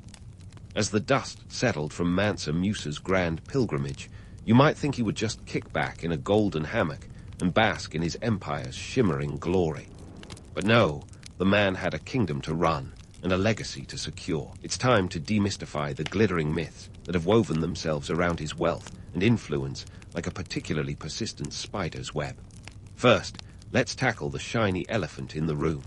Mansa Musa is often lauded as the richest man ever, a moniker that gets tossed around like confetti at a royal wedding. But was he really sitting atop a mountain of gold, grinning like Scrooge McDuck? The truth is, while Musa was undeniably wealthy, putting a dollar sign on his riches is like trying to nail jelly to a wall. Sure, Mali was the land of gold, but defining wealth, in medieval terms, isn't as straightforward as counting coins. So where does this myth of unfathomable wealth come from? Well, a lot of it boils down to one of history's favorite games: exaggeration. Medieval scribes, particularly those who never laid eyes on West Africa, loved a good tale of riches beyond imagination. Musa's pilgrimage, with its tales of gold-dispensing camels, only fanned the flames. But let's not kid ourselves. The stories are as reliable as a politician's promise. Now, don't get me wrong. Musa was rich, but his wealth wasn't just piled in a vault, waiting for him to take a Scrooge-like swim. His real currency was influence, trade, and strategic economic planning. Musa wasn't just hoarding gold. He was making it work for him. Think of it as medieval venture capitalism. His empire's prosperity was built on a solid foundation of trade routes, resource management, and yes, a little bit of good old-fashioned muscle flexing. Take the trans-Saharan trade routes, for example. Mali's location was like owning beachfront property in the Middle Ages. Gold and salt flowed through the empire like water, and Musa was the savvy CEO who knew how to charge tolls at every checkpoint. By controlling the flow of these precious commodities, he didn't just accumulate wealth, he wielded it like a sword. But let's get down to brass tacks, or in this case, gold nuggets. Musa's real magic trick was understanding the economic principles that sustained Mali's prosperity. He wasn't just splurging on grandiose projects. He was investing in infrastructure and commerce. Picture this: a network of trade routes that made Mali the medieval version of a global shipping hub, with caravans as the Amazon prime of their day. He knew that to keep the empire's coffers full, he needed to keep those trade routes bustling. And while we're debunking myths, let's chat about Musa's supposed largesse. Sure, He gave away gold like it was candy on Halloween, but it wasn't just about generosity. His gold giving was a strategic move, a bit of economic diplomacy that kept allies sweet and rivals wary. But like any savvy businessman, Musa knew when to tighten the purse strings. His economic strategies were as much about sustainability as they were about spectacle. Now, why does Musa's fame still capture our imaginations centuries later? Well, for one, who doesn't love a good rags-to-riches tale? Musa's story is a heady mix of legendary wealth, epic journeys, and cultural renaissance. It's the ultimate medieval cocktail. 1 part history, 2 parts myth, shaken, not stirred. And let's be honest, the idea of a king who hands out gold like party favors is pretty irresistible. But beyond the glittering surface, Musa's story is also a stark reminder of the complexities of power. His empire was built on a foundation of both opportunity and exploitation. Behind the facade of wealth was a society that thrived on the labor of those who rarely made it into the history books. Musa's real legacy isn't just in the gold he gave away, but in the systems he built and the cultural exchanges he fostered. So, as we continue to unravel the myths and realities of Mansa Musa's reign, remember that behind every legendary figure is a human being navigating the messy intricacies of power and ambition. Musa's tale is as much about the art of ruling as it is about the allure of riches. The story doesn't end here, so stay tuned as we delve deeper into the enduring influence of this legendary king and the empire that still echoes through history. So, as we unravel the tapestry of Mansa Musa's life, it's time to confront the elephant in the room. What happens when the golden glow of a ruler fades? Musa's reign was a golden age, literally and metaphorically. But like any glittering chapter in history, it was not immune to the passage of time or the pitfalls of its own policies. Mansa Musa's death around 1337 marked the end of an era, and what followed was a stark reminder that even the most prosperous of empires can face decline. The Mali Empire, once a beacon of wealth and culture, began to fragment under the weight of its own success. Imagine a grand sandcastle on the beach, impeccable in its construction, but vulnerable to the tides of change. The cracks in Mali's golden facade were not just the result of external pressures, but were deeply rooted in the very policies that Musa had championed. You see, Musa's extensive expansion and centralization efforts, while brilliant during his reign, laid the groundwork for future instability. His successors faced the Herculean task of maintaining the vast empire without the same charisma or strategic foresight that Musa wielded so effectively. It's like being handed the keys to a Ferrari, but realizing you've never driven stick. The wheels of Mali's empire began to wobble under the strain of its own ambitious infrastructure. Let's talk numbers. Musa's Mali was vast, stretching over 200 miles from the Atlantic coast to the edge of the Sahara. It was an empire that demanded a centralized administration to manage its sprawling territories. Musa's establishment of Islamic schools and cultural institutions was transformative, but they also placed a heavy burden on the empire's resources. Maintaining these institutions required a steady flow of wealth and stability that was hard to sustain once the central figure of Musa was gone. It's a bit like inheriting a mansion, but realizing you can't afford the upkeep. Those gold-plated faucets don't clean themselves. Moreover, Musa's emphasis on centralization meant that regional leaders, who had once enjoyed a degree of autonomy, found themselves under increasing pressure. This tension simmered under the surface, eventually boiling over into rebellion and fragmentation. The empire's strength turned into its Achilles heel. Imagine a tightly wound spring, ready to snap at any moment. With Musa gone, the cohesion he had enforced unraveled, and the empire's vast territories began to drift apart. But let's not just write this off as a mere tale of decline. Musa's legacy wasn't consigned to the dustbin of history. His reign left an indelible mark that echoed across continents. The libraries of Timbuktu, overflowing with manuscripts, became a beacon of knowledge that drew scholars from far and wide. Musa's investments in education and culture were not lost, even as the empire itself faced fragmentation. His legacy was like a vibrant quilt, each patch surviving even as the stitching began to fray. Yet, as we celebrate the cultural achievements that outlived the empire, we mustn't ignore the sobering realities of Musa's reign. The prosperity of Mali was built on systems of labor and exploitation that are often glossed over in the glittering tales of Musa's wealth. Behind every gold coin lay a story of human endeavor and struggle. It's a bit like admiring a dazzling diamond without pondering the pressures that formed it. Mansa Musa's life offers us more than just tales of riches and grandeur. It provides a mirror to the complexities of power and the intricacies of empire building. His story is a testament to the enduring allure of ambition, yet also a cautionary tale about the challenges of sustaining greatness. Musa's blend of ambition, wealth, and cultural patronage remains relevant today because it underscores the universal truths of human history. The balance between power and responsibility, the tension between growth and sustainability, and the pursuit of legacy over fleeting glory.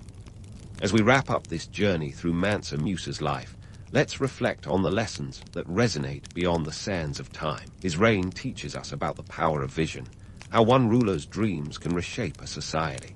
But it also reminds us of the fragility of human endeavors and the importance of sustainability in the face of ambition.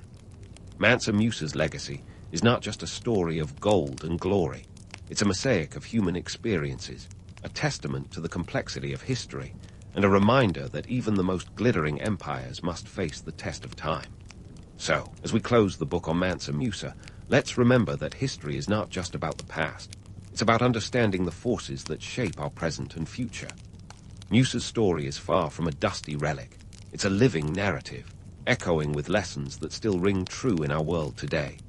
And as we ponder the legacy of this legendary king, let's hold on to the idea that history is, at its heart, a tapestry of human ambition, ingenuity, and the relentless pursuit of a legacy that endures. You wake up to another day as a Viking shipbuilder, and let me tell you, it's not exactly the glamorous gig the sagas make it out to be. Forget about raiding and pillaging. Your reality is a lot more about splinters and sore muscles. Sure, your buddies might be off discovering new lands and riding epic tales of battle, but you're stuck here, knee-deep in wood shavings and sweat. The romantic image of the Viking warrior is great for the bards, but you're dealing with the gritty truth. A ship doesn't build itself. Your day kicks off at dawn, because in the Viking world, the sun doesn't wait for anyone. You grab your iron axe, which, by the way, is a precious commodity. Iron isn't exactly overflowing in the Scandinavian landscape, and it's pricey. You're looking at a tool that's worth more than a few sheep, and let's face it, you can't build a ship with a flock of bleeding livestock. The axe is your bread and butter, essential for shaping the hefty oak timber that is the backbone of every Viking ship. Oak is the wood of choice because it's tough, durable, and let's be honest, it's pretty much the only thing that grows in abundance around here that can withstand the North Sea's tantrums. A typical Viking longship is a masterpiece of engineering, but the work to create one is a far cry from a stroll down the fjord. You're talking upwards of 60 feet of finely carved wood, requiring precision and, yes, patience. It's not just about hacking away at trees like some kind of medieval Paul Bunyan. Each plank needs to fit perfectly with the next, and that's where your trusty adze comes into play. This is the tool that lets you shave off those awkward edges, making everything shipshape. Literally. Your workday is long, stretching well beyond the modern 9 to 5. The sun's your clock, and the season's your calendar. In a good year, you might churn out a handful of ships, but it takes months of grueling effort and relentless focus. And here's the kicker. The demand for ships is only growing. Every chieftain wants a fleet to show off his prestige and to ensure that his voyages, whether for trade or terror, are successful. So you're not just building boats, you're crafting status symbols. Now, about those economic constraints. The Vikings weren't exactly rolling in gold coins. Most transactions were based on barter, and your payment might come in the form of livestock or land. If you're lucky, you might get some silver, but don't bet your beard on it. Every plank, every nail, and every iron tool is a testament to the limited resources and the high stakes involved. The cost of timber alone is hefty. Oak doesn't just fall into your lap. It has to be felled, transported, and painstakingly shaped. But there's something else at work here. Myth of the Viking shipbuilder is intertwined with the myth of the Viking itself. We love the idea of the fearless seafarer, but behind every warrior is a team of unsung craftsmen, like you, who make those epic voyages possible. The reality is gritty and unglamorous, yet essential. Without the ships, there are no raids, no new lands, no sagas to sing about. And yet, despite the sweat and splinters, there's a certain pride in what you do. You might not wield a sword on the battlefield, but your work is the foundation of every Viking success. The ships you build are the vehicles of legend, the vessels that carry your culture to the far corners of the known world. It's a legacy carved in wood, not stone, but it lasts just as long in the stories that are told. So next time someone waxes lyrical about the glory of the Viking Age, remember the truth isn't all helmets and horns. It's hard labor, economic juggling, and a whole lot of timber. You're not just building ships. You're building the backbone of an era, one swing of the axe at a time. So, about that timber. If you thought fetching logs was a stroll through the Scandinavian woods, think again. We're talking about a logistical nightmare that would give any modern-day project manager a major headache. You see, oak trees love to grow in the lush, dense forests that are conveniently located far away from the bustling shipyards. This means that before you can even think about crafting a ship, you've got to solve the riddle of transporting these mammoth logs across rugged terrain. And let me tell you, it's not like you can call up the local Viking you haul. Imagine dragging massive logs over land with nothing but brute force and a few stubborn oxen, because, spoiler alert, horses weren't exactly the Vikings' forte. And those oxen, they're not cheap. You're looking at living, breathing investments that have to be fed, housed, and occasionally pampered if you want them to keep hauling your timber. In a world where the currency isn't coins, but rather cattle and barley, every resource counts, and wasting them isn't an option. So, when you hear tales of Viking ingenuity, remember that part of that genius was figuring out how to get your raw materials from point A to point B without losing your shirt or your oxen. Now, let's talk numbers. A single longship might require over 200 trees. Yes, you heard that right. 200 whole trees. And these aren't the kind you pick up at your local nursery. We're talking about towering giants that have stood for centuries. Once you've got your wood, it's not just a matter of slapping it together. Each plank has to be crafted with precision and care, or you might as well be building a raft. And here's the kicker. The Vikings didn't just build one ship and call it a day. They were cranking these out like ancient assembly lines to meet the ever-growing demand. The reason for this demand isn't just a matter of wanting to look cool on the high seas. Though, let's be honest, who wouldn't want to roll up to a raid in a sleek, dragon-headed vessel? Ships were the lifeblood of the Viking economy, serving as the primary means of trade, exploration, and of course, conquest. And in a society where your status was tied to your ability to travel and trade, owning a fleet was like having a garage full of sports cars today. Every chieftain worth his salt wanted a piece of that action. This brings us to the economic engine at the heart of Viking society. Shipbuilding wasn't just a cottage industry. It was a cornerstone of the economy. And like any good economic system, it was all about supply and demand. As the demand for ships grew, so did the need for skilled laborers. Shipbuilders found themselves in a unique position of power, though not necessarily wealth. Sure, you might get paid in land or livestock, but the real currency was reputation and influence. Being known as the craftsman who built the finest ships in the fjord could earn you a place in the local power structure, and maybe even a seat at the chieftain's table. The political implications of shipbuilding were as vast as the seas the Vikings sailed. Owning ships meant controlling trade routes, accessing new markets, and establishing dominance over rival clans. It's no wonder that chieftains would go to great lengths and great expense to outfit their fleets. And let's not forget about the social structures that were shaped by this demand. Skilled shipbuilders held a revered place in society, and their contributions were essential to the Viking way of life. In a world where loyalty was everything, the ability to provide ships could solidify alliances and secure ones, standing in the ever-shifting sands of Viking politics. But before you start thinking this was all smooth sailing, remember that the economic waters were anything but calm. The resources required to keep this shipbuilding machine running were immense, and the competition for them was fierce. Timber, iron, and labor were all finite resources, and the logistics of acquiring them were fraught with challenges. The scarcity of these materials often led to skirmishes and power struggles, adding another layer of complexity to an already complicated process. And while we're debunking myths, let's address the romantic image of the solitary craftsman, toiling away in his workshop like some sort of medieval Da Vinci. The reality was much more communal. A shipyard was a bustling hub of activity, with teams of workers collaborating on various stages of construction. Each person had a role, whether it was shaping the keel, carving the oars, or weaving the sails. It was a symphony of labor, a testament to teamwork and shared expertise. So, next time you hear about the glory of the Viking Age, remember that it was built on the backs of those who toiled tirelessly in the shipyards. Their legacy is carved into the very vessels that carried the Norse culture to distant shores.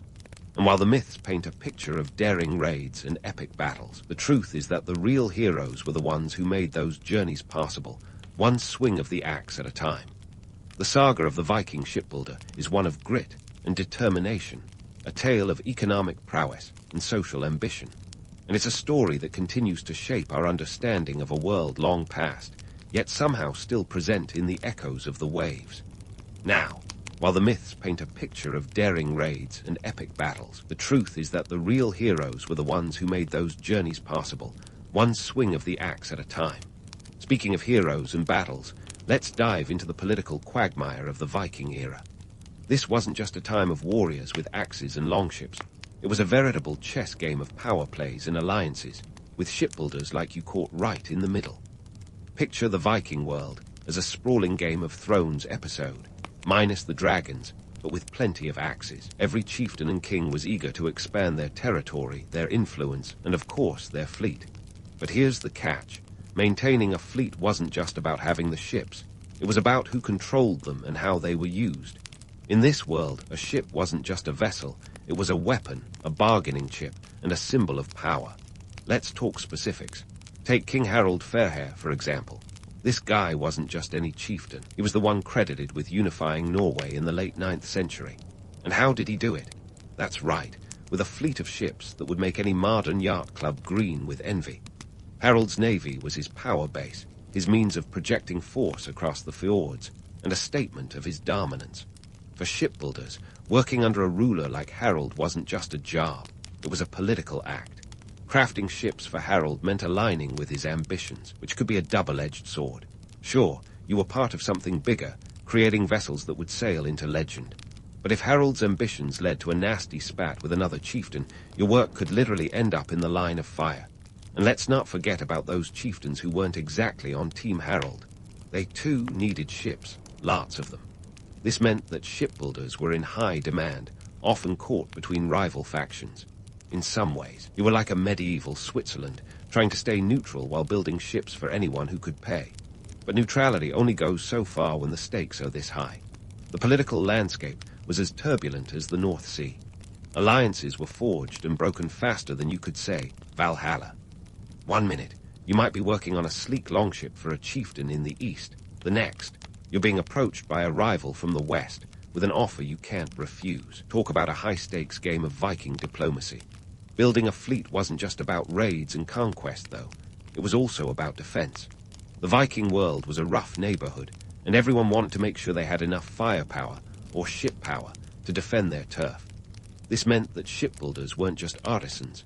They were essential to the very survival of their communities. Without a sturdy fleet, your village was a sitting duck for any marauding band looking to pillage. But here's a twist. While the romantic image of the solitary craftsman is appealing, the reality was more like a medieval assembly line. You weren't alone in your workshop, laboring over a single ship. Instead, you were part of a team, each person with their specialized role. One might argue that the Vikings were the original masters of collaborative work. Everyone from the timber haulers to the sail weavers played a part, and the shipyard was a bustling hub of activity. Now, let's sprinkle in a bit of economic reality. The resources needed to build and maintain a fleet were immense. Timber, iron, wool for sails. It all had to come from somewhere, and it didn't come cheap. This led to an interesting economic dynamic where shipbuilders held a unique sort of power. While you might not have been rolling in riches, your skills were indispensable, giving you leverage that few other professions could boast.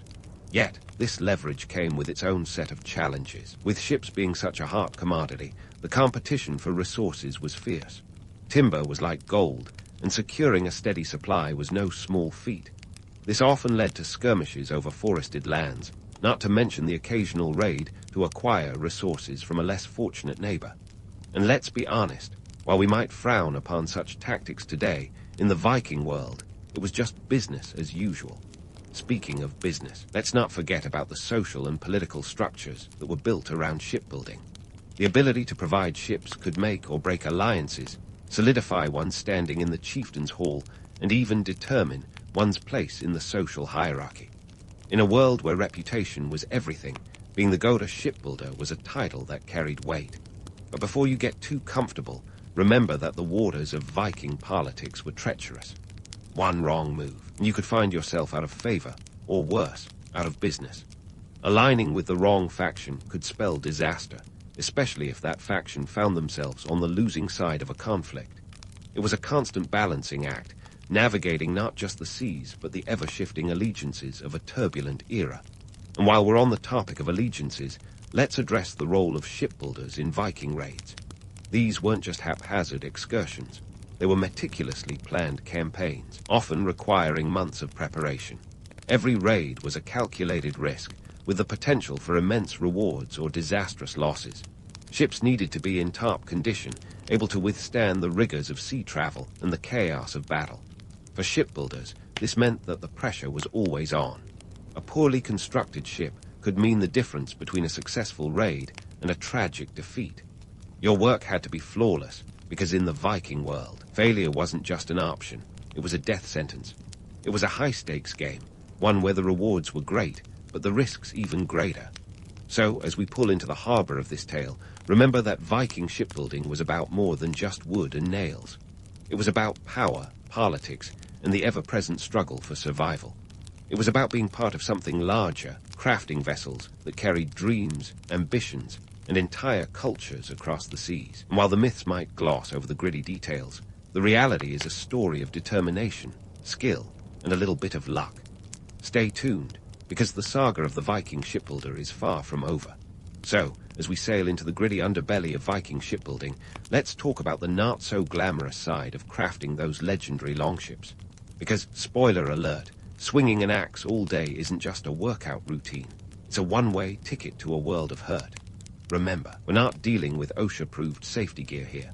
Your daily grind as a Viking shipbuilder is filled with more risks than a tightrope walk over a fjord. First up on the list of occupational hazards, injuries. These aren't your run-of-the-mill paper cuts, folks.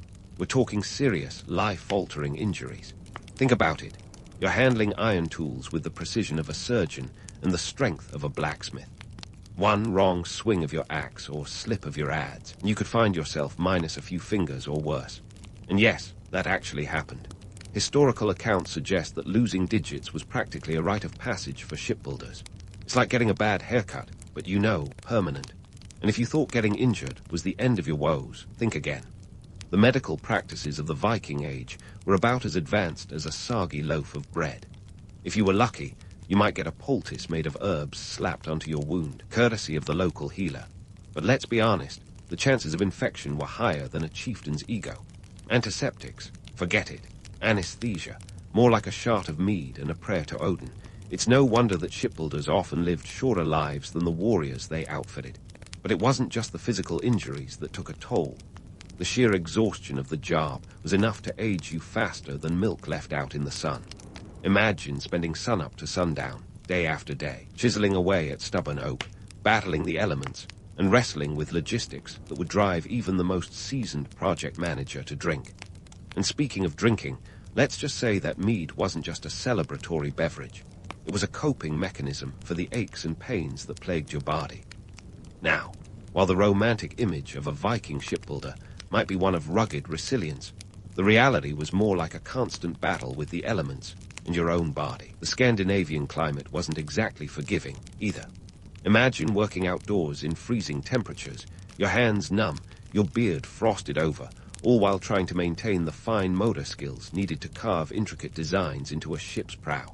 It's enough to make you wish for a desk job, but alas, the concept of ergonomics was a few centuries away. And let's not gloss over the mental toll. The pressure to deliver perfection was immense. After all, these ships weren't just floating vessels. They were the pride of a chieftain's fleet, the backbone of Viking exploration and conquest. One crack in the hull or loose plank, and you could find yourself on the wrong side of a berserker's axe. Talk about a high-stakes performance review. Now, here's the kicker. Despite the harsh conditions and the constant risk of injury, the demand for skilled shipbuilders never waned. In fact, it was quite the opposite. As Viking influence spread across Europe, the need for more ships, and by extension, more shipbuilders, skyrocketed. This meant that even if you lost a finger or two in the line of duty, your skills remained in high demand. It's a classic case of supply and demand, Viking style. But let's take a step back and look at why these shipbuilders endured such hardship. The answer lies in the societal structures of the time. For one, being a shipbuilder offered a modicum of social mobility. Sure, you weren't likely to end up as a chieftain, but your craftsmanship could earn you respect and a decent standing within the community. In a world where reputation was everything, being known as the best shipwright in the fjord had its perks. And then there's the matter of legacy. Every ship you built was a testament to your skill, a floating monument to your hard work that could outlast you by decades. These ships weren't just tools of war and trade. They were vessels of culture, carrying Viking traditions and influence to the far corners of the known world. It's a legacy carved not in stone, but in the wood that sailed through history. So, why did it suck to be a Viking shipbuilder? Sure, the risks were high, the work was grueling, and the medical care was abysmal. But for those who could endure it, the rewards, both tangible and intangible, were worth the blood, sweat, and occasional tear. The role of the shipbuilder was as pivotal as the warriors who sailed on their creations. In the grand tapestry of Viking history, it was the shipbuilders who wove the threads that held it all together. As we close this chapter, remember that the story of the Viking shipbuilder is far from over. There are more myths to debunk, more realities to explore, and more tales to tell. So, keep your axes sharp and your wits sharper, because the saga continues. As we navigate this sea of Viking lore and labor, let's anchor ourselves in the legacy of those unsung shipbuilders who made the Viking Age possible. You see, while the sagas sing of warriors and conquests, it's the shipbuilders who provided the oars and sails propelling those tales across the ocean. Without these craftsmen, our beloved Vikings might have been more like landlocked farmers with a penchant for horned helmets. Let's set the record straight. Viking ships were the medieval equivalent of a Swiss army knife, versatile, reliable, and crucial for survival. These vessels weren't just for raiding, though that's what Hollywood loves to highlight. Nope, they were the lifeblood of Viking society, facilitating everything from trade to exploration, and even diplomatic missions. Think of them as the minivans of the Viking world, minus the cup holders, but plus a dragon's head. Now, let's crunch some numbers. A single Viking longship could carry between 40 to 60 men, all of whom relied on the craftsmanship of shipbuilders to safely cross treacherous waters. We're talking about journeys stretching hundreds of miles, from the icy north to the warmer shores of the Mediterranean. That's right, Vikings weren't just the chill fanatics of the north. They were the ultimate globetrotters of their time. Without the shipbuilders' expertise in crafting vessels capable of withstanding unpredictable seas, much of the Viking expansion would have been as feasible as a snowstorm in July. But here's where the story takes a twist. While the warriors got all the glory, the shipbuilders were often left in the shadows, their contributions overshadowed by the more glamorous tales of battle and plunder. It's a bit like crediting the rock star for the hit single while ignoring the producer who made it all sound good. Sure, the Vikings were fierce, but it was the shipbuilders who gave them the means to flex their muscles on foreign shores. Consider this. The design of the Viking longship was revolutionary for its time. With a shallow draft, these ships could navigate both rough seas and shallow rivers, allowing Vikings to raid and trade far inland. This design wasn't an accident, but the result of generations of innovation and adaptation. And yet, when we think of Vikings, we often picture them swinging axes rather than crafting them. Now, while the romantic image of the Viking as a fearless marauder persists, let's acknowledge the harsh reality that supported this legend. Building a ship was backbreaking work, requiring not just physical strength, but also an intimate knowledge of materials and engineering. Every plank had to fit seamlessly, every joint caulked to perfection. If not, you'd find yourself swimming rather than sailing, a less than ideal outcome considering the North Sea's temperature. And let's not forget the economic engine that shipbuilding drove. It wasn't just about creating ships. It was about sustaining an entire ecosystem of trade and resource management. Timber, iron, and wool weren't just materials. They were power, currency, and survival. The shipbuilders were the linchpin in this chain, turning raw materials into the vessels that fueled an empire. In a way, they were the silent partners in every Viking raid, trade, and settlement. But why does this matter today? It's simple. Understanding the gritty reality behind the romanticized Viking narrative gives us a fuller picture of history, one that acknowledges both the triumphs and the trials. It reminds us that history isn't just made by the bold and the brave, but also by those who quietly toil behind the scenes, shaping the world one plank at a time. In the end, the legacy of Viking shipbuilders is etched not just into the wood of their creations, but into the very fabric of history.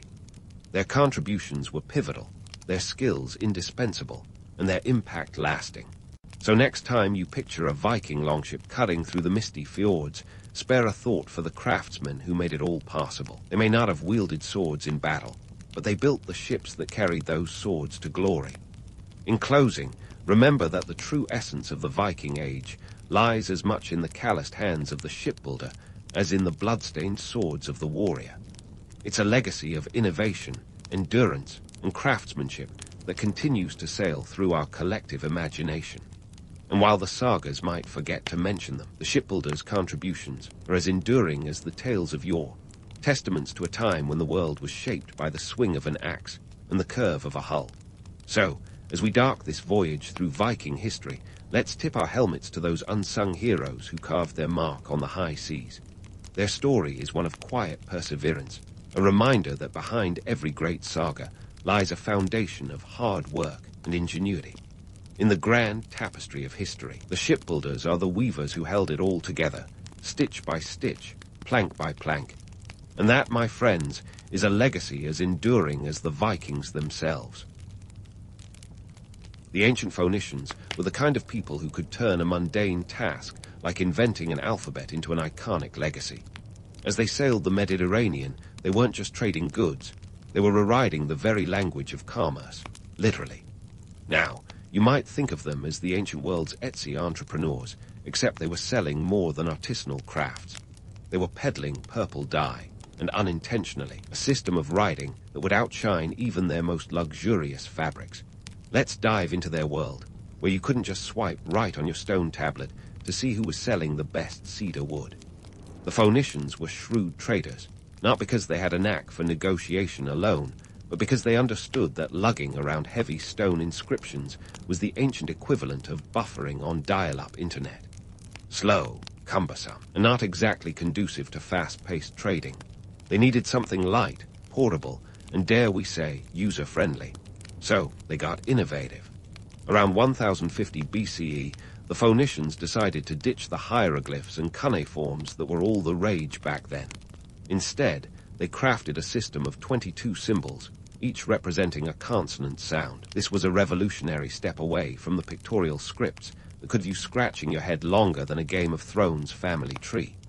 Their script was all about simplicity and efficiency, perfect for keeping track of who owed whom for that last shipment of Tyrian purple, a dye so expensive it was like the Gucci of the ancient world. But why did they need this innovation so desperately? Well, the Phoenicians were the Mediterranean's most notorious traders. They were zipping around from Tyre and Sidon to Carthage and beyond, covering distances that could stretch over 1,000 miles. Their ships were the cargo carriers of their day, and their routes were akin to a Mediterranean highway where the toll was paid in scrolls and contracts. Keeping records was not a luxury. It was a necessity if you didn't want to end up shortchanged when you reached port. And speaking of ports, Phoenician cities were the bustling hubs of trade. Tyre and Byblos were the Dubai and Singapore of their time, minus the skyscrapers, but heavy on the seafaring spirit. Here's a fun trivia nugget. Byblos is actually where the term Bible comes from, due to its role in exporting papyrus, which was the ancient world's paper. Talk about historic irony. These folks were unwittingly scripting the future, one scroll at a time. Their alphabetic system wasn't just about making trade easier. It was about democratizing literacy, turning it from an elite privilege into a practical tool. The Phoenicians weren't trying to write epic poetry or philosophical musings, although more power to those who did. They were interested in making sure their contracts didn't get lost in translation, or worse, misinterpreted by the guy who swore he ordered 100 amphorae of olive oil, not 10. This alphabet was a tool of empowerment, not just for the Phoenicians, but for every civilization that came into contact with it. The Greeks later added vowels, the Romans adapted it for Latin, and before you know it, were scribbling away in English, all because some clever Phoenician thought, wouldn't it be great if I didn't need a chisel to write a grocery list? The economic necessity behind this invention was the driving force. The Phoenicians were traders through and through, and their voyages were backed by a solid understanding of supply and demand. Their routes spanned from Cyprus to Spain, and they dealt with everything from metals to textiles. When your livelihood depends on the clarity of your records, you don't want to be deciphering cryptic symbols when you could be closing a deal. And here's where the mythical narrative often gets romanticized. Sure, the image of a Phoenician merchant sailing into the sunset with a hold full of exotic goods is appealing, but the reality was far more gritty. They faced pirate threats, fickle weather, and the constant challenge of navigating politics as intricate as any Game of Thrones plotline. They needed every edge they could get, and a streamlined riding system was as good an advantage as any. In essence, the Phoenicians were like the Silicon Valley of their day, innovators and disruptors who changed the game not by accident, but by seeing a problem and crafting a solution that had ripple effects far beyond their own shores. Their alphabet was more than just a set of symbols. It was a tool that would shape the very fabric of communication for millennia. And like any good invention, it wasn't just about the here and now. It was about laying the groundwork for a future they couldn't even begin to imagine. So, while the Phoenicians were busy scripting their own legacy with those 22 nifty symbols, let's not forget that these ancient traders were also the Mediterranean's postal service. Their sea routes were the avenues of cultural exchange, and boy, did they deliver more than just goods. Picture this. By the 8th century BCE, their alphabetic innovation was hitching rides on every ship from Tyre to Tarsus, and soon, like a catchy tune, it was stuck in the heads of every culture they brushed shoulders with. First up, the Greeks. Now, if you think the Greeks were just lounging in togas, think again. They were ready to take the Phoenician alphabet for a spin and make some custom mards. Around 800 BCE, they decided vowels were, pretty useful if you actually want to say something coherent. Imagine trying to order souvlaki without vowels. It's a disaster waiting to happen. So they added those nifty little sound markers, and voila, the Greek alphabet was born. It was like the Phoenician script had a glow-up, and suddenly everyone was speaking in full sentences rather than consonant-laden grunts. But why did the Greeks jump on this bandwagon faster than you could say Olympics? Well, consider the socio-political climate. Greece was a patchwork of city-states, each with its own quirks and governance. They needed a way to communicate across their fragmented regions, and the Phoenician script, with a few tweaks, was just the ticket. It was like they discovered Wi-Fi in a world still fumbling with dial-up. The alphabet wasn't just practical, it was revolutionary. It gave them a tool to record laws, keep track of Homer's epic poems, and crucially, maintain trade records without the headache of deciphering complex scripts. Meanwhile, the Etruscans were having their own linguistic epiphany over in Italy. They took one look at this alphabetic import and thought, hey, that looks easier than carving out a novel in stone. Let's have it. By 700 BCE, they'd adapted the Greek version to suit their language. It was the ancient equivalent of downloading a new app and setting it to dark mode. The Etruscans were not just content with borrowing, they were remixing the alphabet to vibe with their own sounds. Their adoption was less about subtlety and more about necessity. See, Etruscans were not just sitting pretty. They were deeply entrenched in Mediterranean trade and needed a way to keep their economic engines humming smoothly.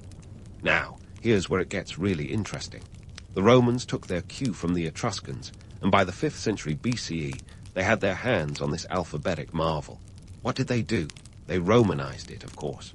The Latin alphabet was born, and it was ready to conquer Europe faster than you could say Caesar salad. The Romans were nothing if not pragmatic.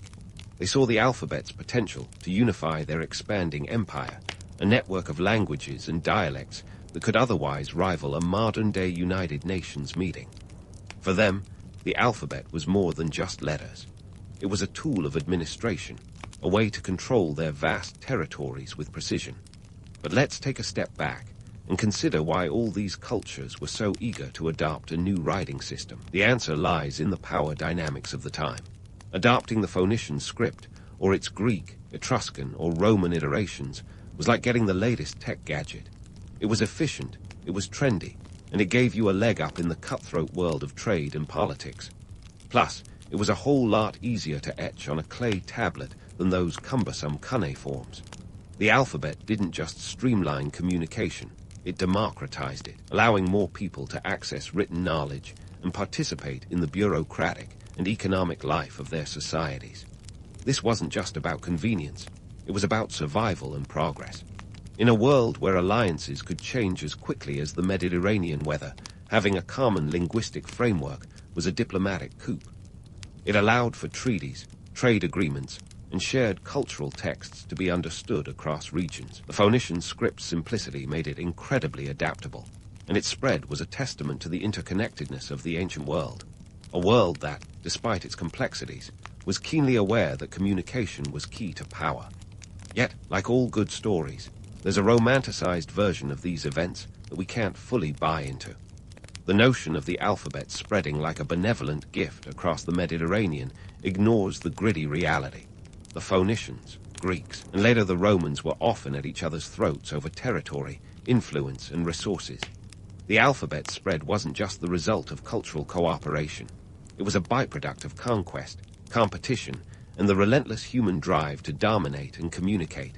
So, while we might picture these ancient seafarers as benevolent sharers of knowledge, the truth is a bit more complex. They were merchants and warriors, driven by necessity and ambition. The alphabet was their secret weapon, a means to an end in a world where survival depended on adaptability and innovation. As we sail further into this story, remember that myths have their place, but it's the gritty details that give us the real picture of how the Phoenician alphabet became the foundation for the languages we use today. The spread of the Phoenician alphabet wasn't the romantic saga of cultural exchange that some storytellers might have you believe. Instead, it was more like a boardroom brawl, where economic necessity and political maneuvering took center stage. In a world where survival meant staying ahead in the alphabet race, the Phoenicians had basically handed everyone the Rosetta Stone of their age minus the hieroglyphs, of course. Let's get down to the brass tacks of how this seemingly unassuming set of symbols infiltrated other cultures like a Trojan horse, sans the wooden equine. The Greeks, for example, didn't just see the Phoenician alphabet as a handy tool, they saw it as a game changer. By the 8th century BCE, they were altering it to suit their needs, like adding vowels, which the Phoenicians probably considered frivolous extras, like the cup holders in a Ferrari. But for the Greeks, vowels were essential. They turned the Phoenician consonantal script into something that could express the lyricism of Homeric epics or the precision of a philosophical argument. Now, let's talk about the cold, hard economics driving these adaptations. The Greeks were no strangers to trade, and their bustling port cities were the wall streets of the ancient world. They needed a system that could handle the complexities of trade agreements without the need for legalese that would make a modern-day lawyer wince.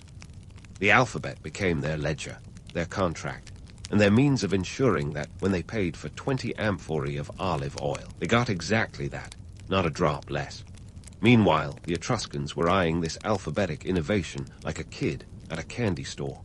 By 700 BCE, they had repurposed the Greek version to suit their language. Their society was a hotbed of economic activity, deeply intertwined with Mediterranean trade networks.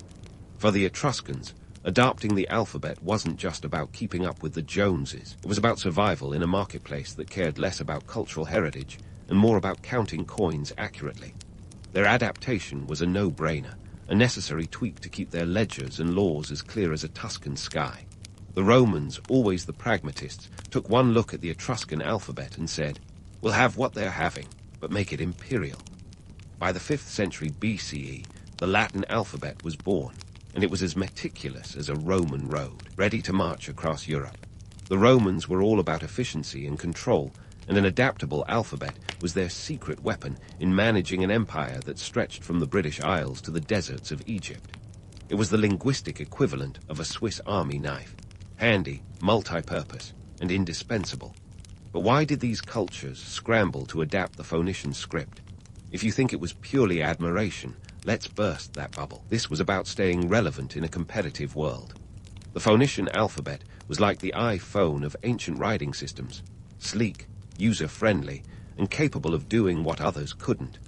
It allowed for speedier record-keeping and more efficient communication, which was crucial in a world where trade routes were the lifelines of empires. And let's not forget the darker side of this adoption frenzy. Alphabet spread wasn't just a peaceful exchange of ideas over a Mediterranean potluck. It was often a byproduct of conflict, conquest, and the relentless human urge to dominate. When cultures clashed, the victors didn't just take land, they took the keys to effective communication. Adopting the Phoenician script, or its derivatives, meant gaining access to a powerful tool, one that could consolidate power, streamline administration, and perhaps most importantly, ensure that when the taxes were collected, every last drachma was accounted for. Despite the appeal of a tidy narrative, where the alphabet spreads peacefully across the ancient world like a gentle breeze, the truth was far messier. The spread of these symbols was driven by economic imperatives and political pressures that demanded clarity and precision. In a world where alliances were as fickle as the Mediterranean weather, an efficient writing system was not just a convenience but a necessity. The myth of the alphabet as a benevolent gift to humanity glosses over the harsh realities of its adoption. Sure, there was cultural exchange, but it was often accompanied by the clang of swords and the roar of conquest. These symbols, born from the necessity of trade, became tools of governance, instruments of power, and ultimately the foundation of written communication as we know it. So, while we might romanticize the spread of the Phoenician alphabet as the dawn of a new intellectual era, let's keep our feet on the ground. The reality was a bit more like a gritty drama, with each culture vying to adapt the best elements of the script to their own needs, driven by a blend of necessity, ambition, and the occasional skirmish over whose alphabet would reign supreme. As we continue this historical journey, remember that the story of the Phoenician alphabet is not just about the symbols themselves, but about the human drive to innovate, adapt, and sometimes, quite literally, rewrite history.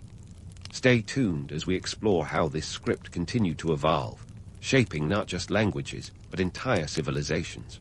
So, as we leave behind the Mediterranean's bustling shores, let's take a peek at how the Romans, those masters of empire building and cultural remixing, really put their stamp on the Phoenician alphabet. You see, the Romans were like the ancient world's Steve Jobs, taking what was already out there and refining it into something that would change the world. By the time they got their hands on the Etruscan modified alphabet, they were already imagining how it could serve their grand ambitions. And boy, did they have ambitions. Picture this. The Romans, around the 5th century BCE, were setting the stage for an empire that would stretch as far as they dare to dream. They needed a writing system as efficient as their legions, one that could march across Europe and beyond. Into the Latin alphabet, a streamlined powerhouse ready to conquer not just lands but minds. The Romans didn't just adopt the alphabet, they adapted it with a precision that would make a Swiss watchmaker weep. It was all about functionality, baby. They trimmed the fat, left out unnecessary frills, and made it robust enough to handle the administrative demands of an empire that, at its peak, spanned over 5 million square kilometers. Now, why does this matter? Because the Latin alphabet became the linguistic backbone of Roman administration, law, and literature. It was the tool that allowed them to draft everything from the 12 tables, a precursor to modern legal systems, to the epic works of Virgil. This wasn't just about writing. It was about consolidating power, ensuring that orders from Rome could be understood as far away as Britannia or Egypt. The Romans understood that communication was key, and their alphabet was the keyring holding it all together. But let's not gloss over the fact that this alphabetic adoption wasn't just a Roman love story. It was a tale of necessity and survival, where the pen was as mighty as the sword. The Latin script was essential in maintaining control over diverse populations, each with its own languages and dialects. It was about creating a common ground, a lingua franca that could unite an empire under a single bureaucratic umbrella. And when Rome fell, the alphabet didn't just vanish into the ruins. Instead, it became the foundation for many of the languages we speak today. Talk about a legacy. Meanwhile, as the Romans were busy turning their alphabet into the imperial standard, the Phoenician script was also making waves further east. Think of it as a complex soap opera, where the plot twists keep coming. In the lands of the Arameans, who were scattered across modern-day Syria and Iraq, the Phoenician alphabet was getting another makeover. Around the 8th century BCE, the Aramaic alphabet emerged, another offspring of the Phoenician original. It quickly became the darling of the Middle East. It was like the hit TV show everyone couldn't stop binge-watching. Why? Because Aramaic, with its 22 letters, was as efficient as a Swiss Army knife, adaptable to various languages across the region. It became the lingua franca of empires like the Assyrians and Babylonians, who were all about that efficient communication life. This was crucial in a region where trade routes were as tangled as a ball of yarn, and every merchant, scribe, and tax collector needed to be on the same page, literally. The spread of Aramaic through the Middle East was not just a linguistic shift, but a socio-political game-changer. It unified the region under a common script, facilitating everything from commerce to diplomacy. This wasn't just a nice-to-have. It was a must-have in a world where alliances could shift as quickly as the desert sands. But here's where the alphabet's journey gets really juicy. As Aramaic spread, it gave rise to other scripts like Hebrew and Arabic, each with its own cultural and religious significance.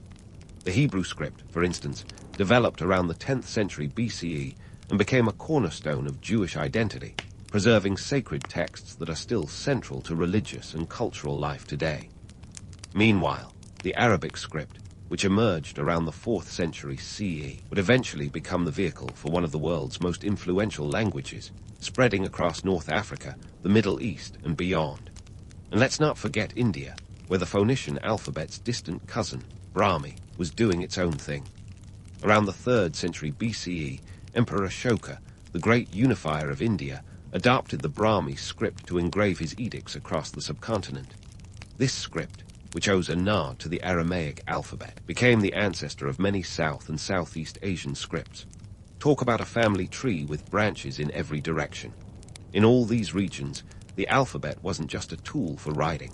It was a means of asserting identity, power, and influence. It wasn't just about letters on a page, it was about who controlled the narrative. The socio-political impacts were profound, as the alphabet became a means of preserving culture, religion, and governance. It allowed empires to administer vast territories, preserve sacred texts, and forge connections across diverse populations. So, what's the takeaway from this whirlwind tour of the alphabet's journey through Europe and the Middle East? Simply put, it's a testament to the power of communication. Whether it was the Romans using the Latin alphabet to hold an empire together, or the spread of Aramaic unifying the Middle East, the story of the alphabet is one of adaptation and survival. It's a reminder that in the grand tapestry of history, the tools we use to communicate are as important as the ideas we share. And as we gear up for the final leg of our journey, remember that the alphabet's tale is far from over. It's a story with more twists and turns than a Dan Brown novel, and we're just getting to the good part. Stay tuned as we unravel how this ancient innovation continued to evolve, shaping not just the past, but the languages we speak today. So, as we cruise into the final chapter of our alphabetic odyssey, let's take a moment to marvel at how this ancient script, born out of the Phoenician desire to make trade as smooth as a Mediterranean breeze, has shaped our modern world in ways those ancient merchants could never have imagined. I mean, if you told a Phoenician trader that their neat little 22-letter system would someday help people communicate across continents with the tap of a screen, they'd probably think you've had one too many amphorae of wine. Fast forward a few millennia, and here we are, in a world where writing systems have evolved into digital forms that would make even the most stoic Roman raise an eyebrow. The alphabet, once a tool for keeping trade records straight, has become a fundamental building block of the digital age. It's like the Swiss Army knife of communication, versatile, compact, and universally handy. From the texts we send to the memes we share, the Phoenician legacy is alive and kicking, albeit in pixels rather than papyrus. But let's talk numbers for a second. Approximately 5 billion people use the internet today, and nearly 2/3 of them are avid social media users. That's a lot of folks communicating at warp speed, often using alphabets that trace their lineage back to our Phoenician friends. Whether it's the Latin alphabet dominating Western keyboards or the Arabic script flourishing in the Middle East, these writing systems are the unsung heroes of our daily digital interactions. It's a testament to their adaptability that they've managed to stay relevant in a world that swaps trends faster than you can say. Hashtag. And here's where it gets even more interesting. The evolution of alphabets into digital shorthand. Enter text speak, a language phenomenon that has turned traditional grammar on its head. LAL, BRB, and the ubiquitous OMG are more than just acronyms. They're the offspring of an ancient script's journey through time. These abbreviations are the linguistic equivalent of a fast food drive-through, quick, efficient, and sometimes questionably nutritious. Yet, serve a purpose, condensing complex ideas into bite-sized pieces that suit our modern attention spans. But wait, there's more. Consider the humble emoji, those little pictorial icons that have become a global lingua franca. With over 3,000 emojis at our fingertips, we've come full circle back to a form of pictorial communication. The irony is delicious. The Phoenicians ditched the pictographs to streamline communication, and now, here we are, using smiley faces and pizza slices to express our deepest thoughts. It's a digital age plot twist worthy of a Shakespearean comedy. However, let's not get too swept up in the romance of it all. While it's tempting to view this as a seamless progression, the reality is that every step of this evolution was marked by social and political upheaval. The spread of writing systems wasn't just about convenience. It was about power, control, and the relentless human drive to innovate. The alphabet's journey from ancient Phoenician darks to modern digital devices is a reminder that communication is as much about survival as it is about expression. In a world where political borders shift and cultural identities evolve, the alphabet has been a constant, quietly underpinning our ability to connect across divides. It's a tool that has outlasted empires, weathered revolutions, and adapted to every new technological wave. And while the Phoenicians may not have envisioned their alphabet being used to draft emails or craft clever tweets, their legacy is undeniable. So, what does all this mean for us today? Well, it's a reminder that the tools we take for granted have histories as rich and complex as the societies that use them. The next time you fire off a text or post a meme, take a moment to appreciate the ancient roots beneath your fingertips. The Phoenicians might not have set out to change the world, but their alphabet did just that. It's a testament to the enduring power of innovation and the unforeseen impact of seemingly small inventions. In closing, let's tip our hats to the Phoenicians, those ancient innovators who unwittingly set the stage for a world where communication transcends borders, cultures, and even time. They crafted a tool that has outlived their civilization, becoming the backbone of modern communication. As we navigate our own digital age, their story serves as a poignant reminder that the seeds of innovation can have far-reaching and unexpected consequences. And who knows? Maybe in another few millennia, future historians will look back at our use of emojis and text-speak with the same mix of admiration and amusement that we feel for those ancient traders and their game-changing alphabet. So, you find yourself in the bustling heart of ancient Rome, where the aroma of spiced wine mingles with the scent of ambition and power. But beneath the city's grandeur, there's a darker, less savory layer, the world of Roman slavery. Picture a population where a staggering 30-40% of the people are slaves. That's right. Almost every third person you see is owned by someone else. And while the crisp white togas of the elite flutter in the breeze, a significant part of the empire's economic engine is fueled by the sweat and suffering of those in chains. Now, let's tackle the elephant in the room, or rather, the myth in the forum. You might have heard the romanticized tales of benevolent masters and contented slaves. Newsflash.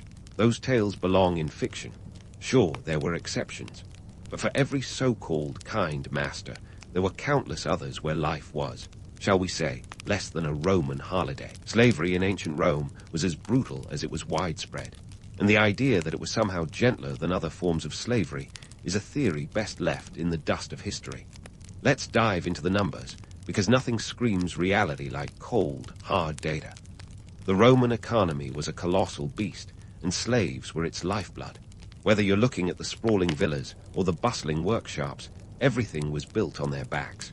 Slaves were everywhere, not just in the countryside picking olives. They were scribes, teachers, musicians, and doctors. each with a price tag ranging from 500 to 2,000 denarii. For context, a day's wage for a laborer was about 1 denarius. So, a skilled slave could easily set you back a couple of years' worth of earnings. Think of it as a twisted ancient version of sharping for luxury goods, minus the moral high ground. And speaking of sharping, let's talk slave markets. Imagine the chaos of bartering, where human lives are the commodities on display. Rome's markets were bustling arenas of trade, the eBay of antiquity, where you could haggle over the price of a human being like you would a loaf of bread. It's a grim scene, but one that fueled an empire. From captured prisoners of war to children born into servitude, the supply was as endless as Rome's appetite for dominance. The commodification of humans was a reality that shaped Roman society. Slaves weren't just laborers, they were assets, depreciating ones if they aged or fell ill. Those from certain regions or with particular skills were more valuable, like Greek slaves who often served as tutors, thanks to their esteemed culture and education. It was a perverse kind of prestige, but prestige nonetheless. So why does this matter? Because understanding the sheer scale and brutality of Roman slavery is crucial to unpacking how this ancient society functioned. It was a power play of epic proportions, where the few controlled the many, and the many were reduced to numbers on a ledger. The next time you hear someone wax poetic about the glory of Rome, remember the cost of that magnificence was paid in the hard currency of human lives. It's a legacy that's far more complex and darker than the marble columns and heroic statues would have you believe. In the end, the story of Roman slaves isn't just about survival. It's about the raw mechanics of an empire that thrived on their exploitation. As we continue this journey through ancient Rome, keep your eyes open to the realities beneath the gilded surface, where every coin had a murky, human-shaped shadow. So, let's roll up our sleeves and step into the sandals of a Roman slave for a day. Fair warning, it's not exactly a walk in the forum. From the crack of dawn, the routine is a relentless grind. Whether you're a household servant, a field worker, or that unfortunate soul destined for the gladiator's sandpit, every role comes with its own set of grim realities, and maybe, just maybe, a sliver of relief. Let's start with those in the grand domus, the household servants. Picture polishing marble floors, so shiny they could blind you faster than a midday sun. As a house slave, your life revolves around serving the whims of your master, who might just as easily praise you for a job well done as they might berate you for an unplucked pheasant. Your sleeping arrangements, a straw mattress, if you're lucky, shared with a dozen others in a cramped room, because nothing says luxury like snoring in unison with your fellow unfortunates.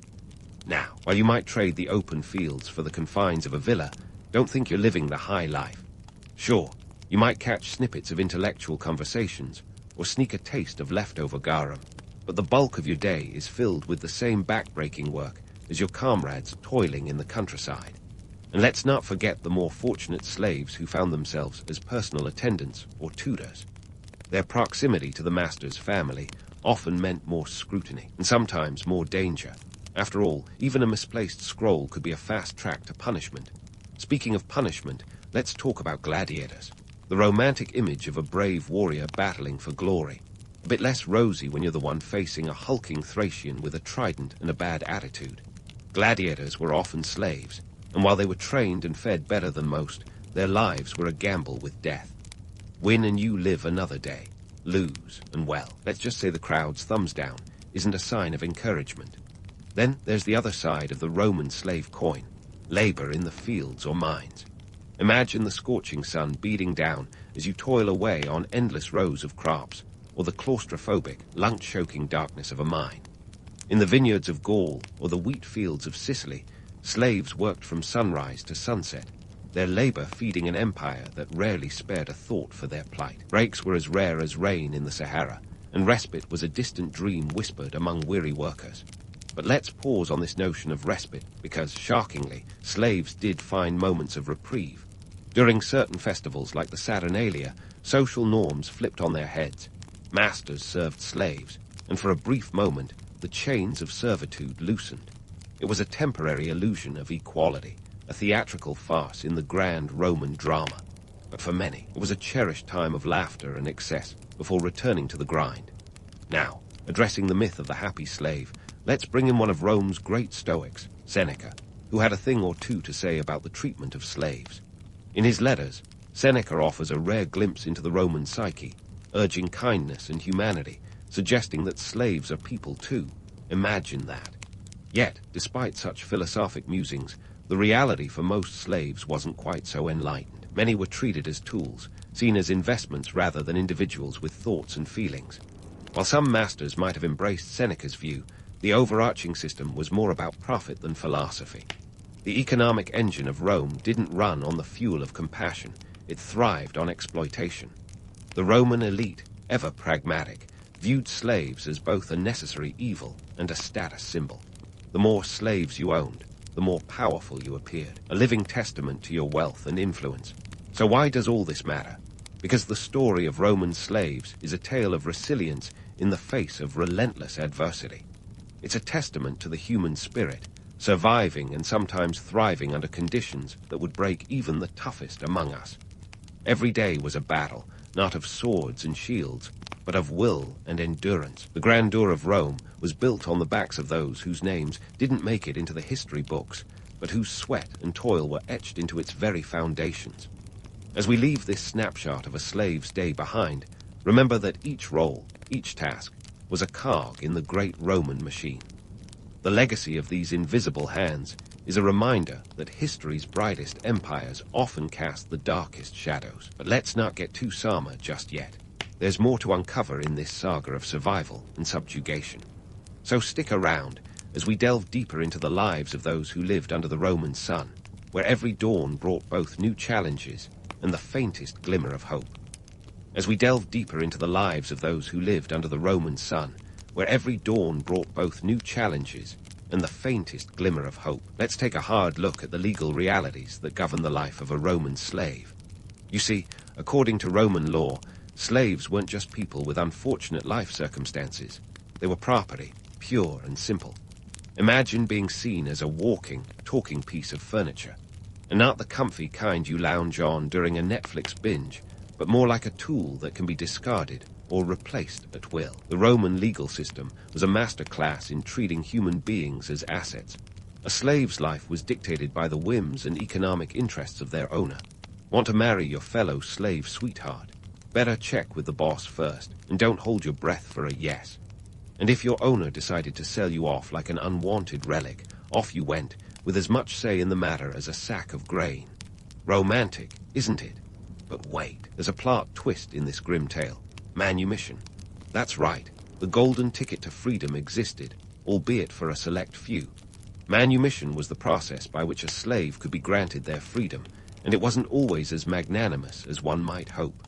Sure, the idea of a benevolent master granting freedom out of the goodness of their heart sounds uplifting, but let's face reality. More often than not, manumission was an economic transaction, calculated decision by the master to cut loose an aging or underperforming asset, or to curry favor with the guards or the public. Because nothing screams virtue like giving away something you no longer need. And here's where it gets even more complex. Manumission wasn't always a one-way street to freedom. Some freed slaves, known as liberty, remained tied to their former masters, owing them loyalty and sometimes a portion of their earnings. Imagine finally being free, yet still having to send a chunk of your hard-earned cash back to the very person who once owned you. It's like finally moving out of your parents' basement only to pay them rent. In fact, the economic rationale behind manumission is best seen in the infamous peculium. Think of it as a proto-savings account or an ancient equivalent of a piggy bank, except instead of cute coins, it was filled with the sweat of your labor. The peculium allowed slaves to accumulate a small stash of wealth, theoretically enabling them to buy their freedom one day. It was a tiny, flickering candle of hope in an otherwise dark existence. But let's not get too carried away with optimism here. Masters often had the final say on how this peculium could be used. So even if you saved up enough to buy your freedom, your owner could still decide to keep you around because, well, who doesn't love free labor? The peculium was a double-edged sword. On one hand, it offered slaves a semblance of autonomy and the faintest whiff of financial independence. On the other, it underscored the grim reality that their entire existence was a series of conditional hopes, dangling just out of reach. And if you think modern-day banking fees are steep, imagine the cost of saving for a lifetime only to have your owner veto your withdrawal request. Now, let's talk about the social dynamics at play. Roman society wasn't just a simple hierarchy. It was a labyrinthine web of power, privilege, and precariousness. While slaves were at the bottom, the implications of their status rippled across every tier. The elite class flaunted their wealth by the sheer number of slaves they owned, like a twisted version of a status symbol. And the free poor, who were only a rung above slaves, often viewed the enslaved with resentment and distrust, fearing the competition for work and resources. It was a society where freedom was relative, and the lines between slave and free were sometimes blurrier than a badly written contract. Freedmen, for instance, were often caught between two worlds, no longer slaves, but not quite equals to those born free. They could amass wealth, even influence, but their past as slaves hung around their necks like a leaden necklace, a constant reminder of where they came from. In this tangled web, Roman society spun tales that romanticized the idea of the grateful, loyal freedmen who rose up through the ranks. But beneath the surface of these narratives lay a harsher truth, that the system was more about maintaining control than granting opportunity. Even the supposed freedoms given to slaves were often just another form of manipulation, a way to maintain the status quo. And let's not forget the infamous slave revolts, because when you push people to the brink, sometimes they push back. Spartacus, that iconic gladiator-turned-rebel leader, led one of the most famous uprisings against the Roman state. His revolt was as much a cry for freedom as it was a desperate lunge at a system that thrived on exploitation. And while his rebellion was ultimately crushed, it sent shivers down the spines of Roman elites, a stark reminder that the empire's foundation was built on a precarious balance of power. Why does all this matter? Because unraveling the threads of Roman slavery reveals a tapestry of human ingenuity, resilience, and survival against the odds. It showcases a world where hope was both a currency and a curse, where the promise of freedom dangled like a carrot on an impossibly long stick. The story of Roman slaves isn't just about the past. It's a lens through which we can examine the complexities of human societies, then and now. As we continue our journey through this ancient world, we'll peel back more layers of this complex society, uncovering the stories and struggles that shaped the lives of those who lived in the shadows of marble palaces and towering columns. Stay tuned, because the adventure is far from over, and there's still much to uncover in the saga of survival under the Roman sun. Now, let's swivel our focus to a time when Roman slaves weren't just the silent gears of an empire's machine, but the roaring engine of rebellion. And if we're talking slave revolts, there's one name that leaps out of history with the force of a gladiatorial charge: Spartacus. This Thracian gladiator-turned-rebel leader staged one of the most audacious uprisings in Roman history around 73 BC, a story that Hollywood loves to romanticize, but often glosses over the gritty realities. First, let's unpack the why of it all. What drives a man, previously forced into the ring to fight for entertainment, to stand up against the might of Rome? For Spartacus and his fellow rebels, it was more than just a yearning for freedom. It was a reaction to systemic brutality and inhumane treatment. Imagine being ripped from your homeland, sold into a life of servitude, and then expected to fight to the death for the amusement of the very people who enslaved you. It's the kind of existential pressure cooker that makes an uprising less of a choice and more of an inevitability. The revolt kicked off in a rather cinematic fashion. Spartacus and about 70 other gladiators broke out of their ludus, or gladiator school, near Capua. Armed initially with kitchen utensils, think sharpened ladles and cleavers, they overpowered their guards and made a break for it. They eventually armed themselves with real weapons, thanks to a rather successful raid on a convoy. It's the ancient equivalent of upgrading from butter knives to bazookas, and it was the first in a series of clever and daring moves that would perplex Roman authorities. So, what was the plan? At its heart, Spartacus's revolt was a slap in the face to Roman dominance. But this wasn't just an angry mob. It was a calculated campaign. Spartacus aimed to lead his followers north to the Alps, where they could escape and return to their homelands. However, the allure of looting the Italian countryside kept many of his followers from committing to the exodus, and the revolt took on a life of its own. By the time the Roman Senate realized they had a full-blown insurrection on their hands, Spartacus's numbers had swelled to tens of thousands, including not just slaves, but also disenfranchised free men and farmers. Now, here's where the myth starts to unravel. While Hollywood might paint Spartacus as a heroic freedom fighter, the reality was far murkier. These were desperate men, and their tactics, while brilliant, were brutal. The rebel army laid waste to the countryside, plundering villas and towns. It was a zero-sum game, a fight for survival in a world that offered them no mercy. And as Spartacus's forces grew, so did their notoriety, becoming a thorn in Rome's side that could no longer be ignored. The Roman response, brutal and relentless.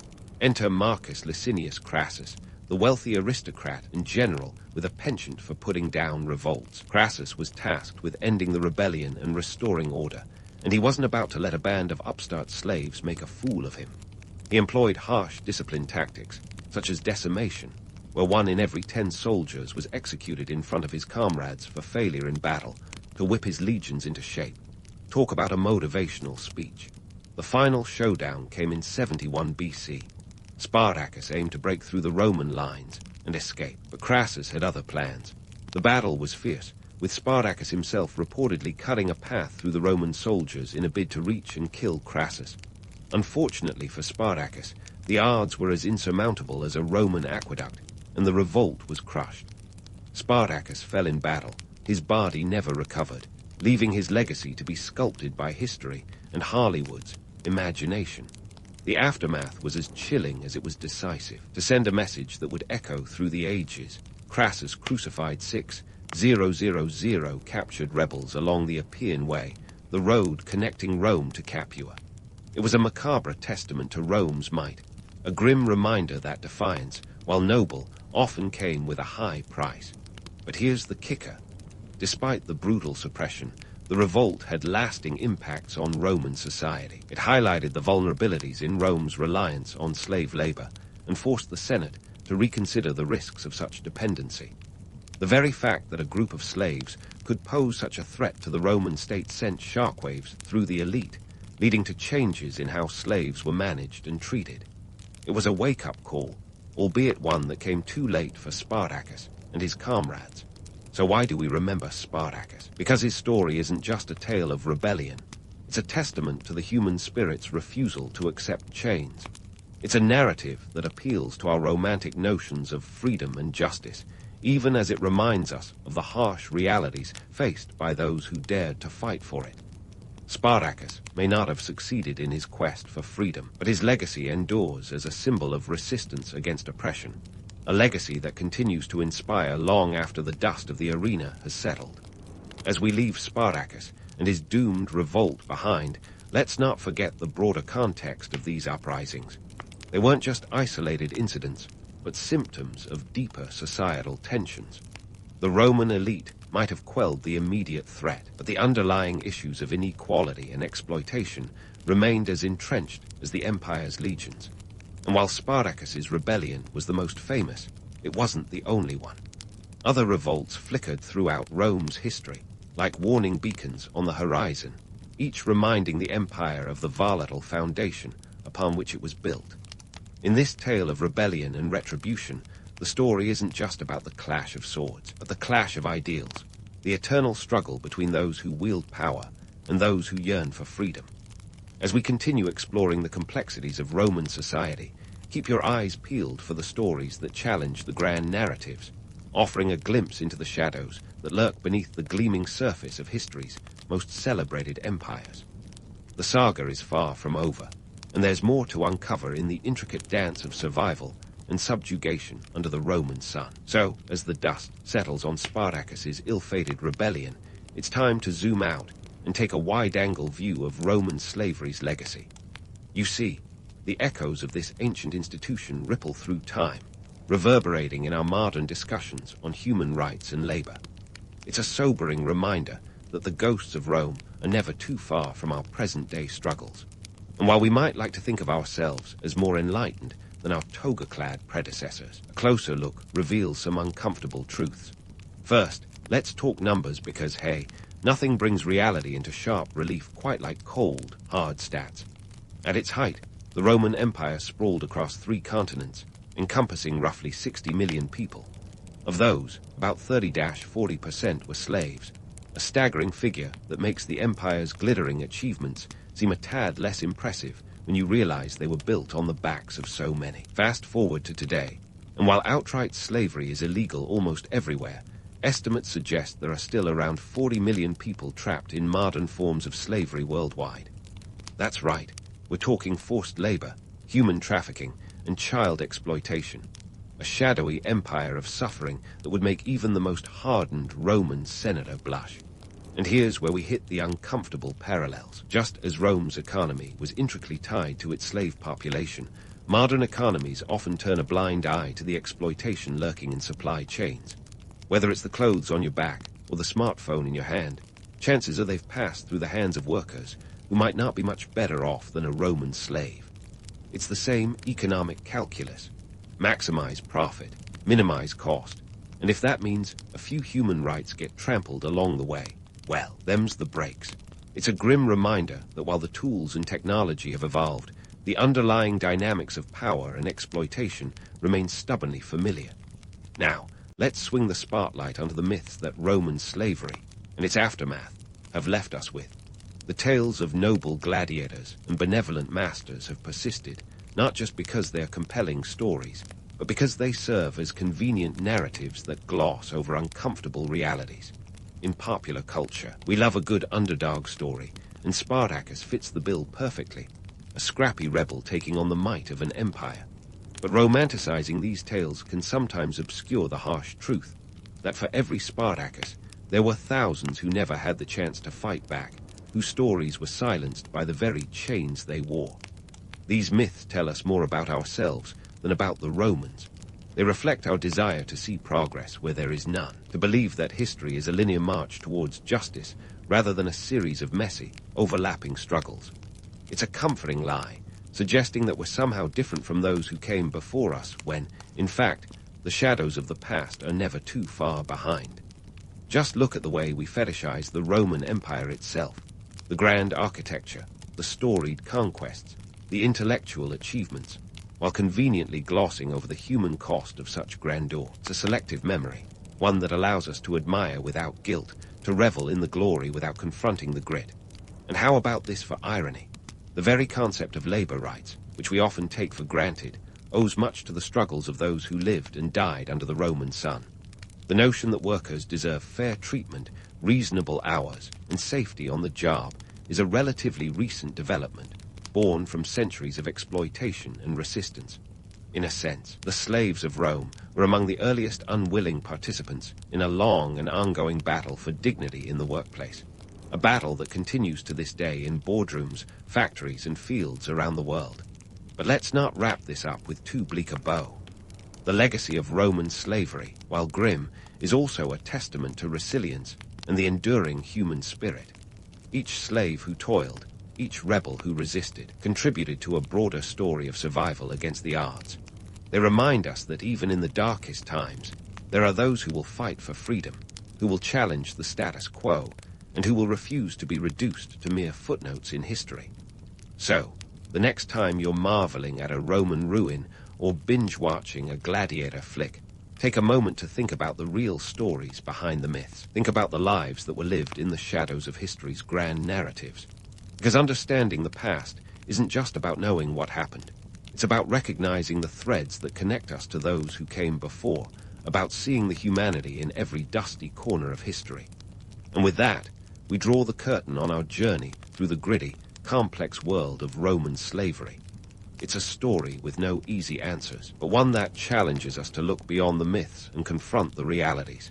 Because if there's one thing history teaches us, it's that every empire eventually crumbles, but the lessons of human dignity and justice endure.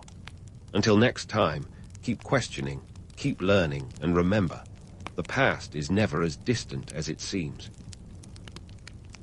Roman sun is barely scratching its way over the horizon, and already the city hums with an energy that could rival a modern music festival.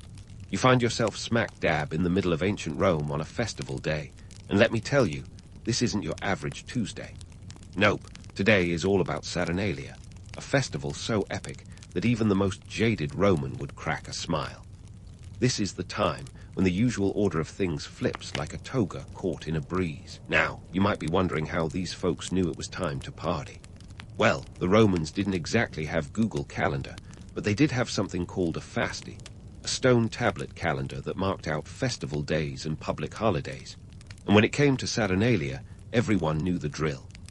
Starting on December 17th, this week-long shindig was a way to honor Saturn, the god of agriculture, and break free from the daily grind. Picture a society where days off are rare as unicorns, and suddenly the entire city hits the pause button. It's a big deal, trust me. But let's not get too starry-eyed about the whole affair. This day off wasn't exactly free from strings. For one thing, shutting down Rome's hustle and bustle was like hitting the brakes on a runaway chariot. The economic impact was significant. Imagine market stalls shuttered, workshops silent, and the entire city in a kind of festive gridlock. Sure, it's all fun and games, but it came with a price, and that price was usually paid by someone else. And to the wealthy elite, those toga-clad patrons of the public good, or at least that's what they wanted you to believe. You see, these festivals were as much about politics as they were about piety. Rich Romans footed the bill for these grand events, funding everything from the games to the feasts. Why? Because it was an investment in their popularity, their influence, and their political careers. In a society where public opinion could make or break you, throwing the biggest bash was the equivalent of a modern-day PR campaign. Plus, let's face it, they got to play the benevolent benefactor card, which is always a nice bonus. Don't be fooled into thinking this was purely altruistic. The wealthy had their own motives, and it was all about keeping the social order intact. By footing the bill, they reinforced their status as the paternal figures of society, the ones who could afford to be generous while the plebs were busy trying to make ends meet. And speaking of ends, let's not ignore the elephant in the room, slavery. Many of the delightful festivities and food were possible thanks to the labor of countless enslaved individuals who were given a brief taste of freedom during Saturnalia, only to return to their harsh realities once the party hats came off. As you wander the streets, you can't help but notice the decorations. Garlands hang from every doorway, and the scent of pine wafts through the air. It's like a Roman holiday card come to life. But this isn't just for show. These decorations carry a deeper meaning, symbolizing a temporary return to the golden age of Saturn, a time of peace and plenty. It's a nice thought, isn't it? But like most nice thoughts, it conveniently overlooks the gritty details of everyday life in ancient Rome. Meanwhile, the streets are alive with the sounds of revelry. Jugglers, musicians, and street performers turn the city into an open-air circus. And while it might seem like chaos to the untrained eye, there's a method to this madness. The festival allows everyone, from the highest senator to the lowest slave, a chance to let loose. Rome becomes a great equalizer, if only for a fleeting moment. As the day unfolds, the anticipation builds. You can sense the collective anticipation, a whole city on the cusp of celebration. It's a world where the rules are suspended, the roles reversed, and even the sternest Roman can't help but crack a smile. But let's not get too carried away with the romance of it all. After all, behind every grand gesture and generous feast lies a complex web of power, politics, and a society trying to forget its troubles, if only for a day. In ancient Rome, even a festival was never just a festival. And speaking of grand gestures, let's take a detour to Rome's favorite pastime, public entertainment. Because what's a festival without a little spectacle, right? As you meander through these lively streets, you can't help but be drawn to the clamor of the Colosseum, where the gladiatorial games have turned into the ancient version of must-see TV. Only here, the drama's real, the stakes are life and death, and the fans can get a bit bloodthirsty. If you're thinking these games were just a casual way to spend an afternoon, think again. Attending one of these events wasn't as simple as grabbing a ticket at the door. No, the entry was free, but only because some wealthy Roman bigwig had already picked up the tab as part of his endless quest for public adoration. We're talking about a guy like Marcus Aemilius Scaurus, who once spent the equivalent of millions of modern-day dollars just to ensure his name echoed through the ages. Politics, my friend, it's always been a game of who spends wins. Now, before you get too swept up in the romance of heroic gladiators doing battle, let's debunk a little myth.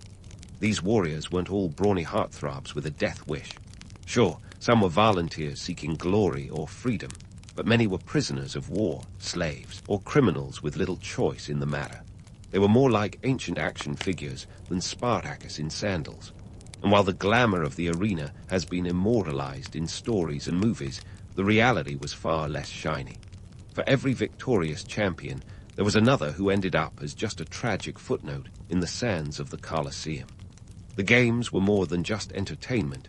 They were a clever distraction. Rome's leaders knew that a populace entertained was a populace distracted from the less savory aspects of life, like crippling taxes or the occasional bread shortage. Bread and circuses, as the satirist Juvenal famously quipped, keep the people fed and entertained, and they'll be too busy cheering to notice the crumbling infrastructure or the political shenanigans going on behind the curtains. Speaking of curtains, let's peek behind them to see who's really pulling the strings. The emperors and elites were the puppet masters of these spectacles, using them as a tool for political gain. Remember that wealthy sponsor? He wasn't just throwing a party, he was buying loyalty and votes, solidifying his position in society's precarious pecking order.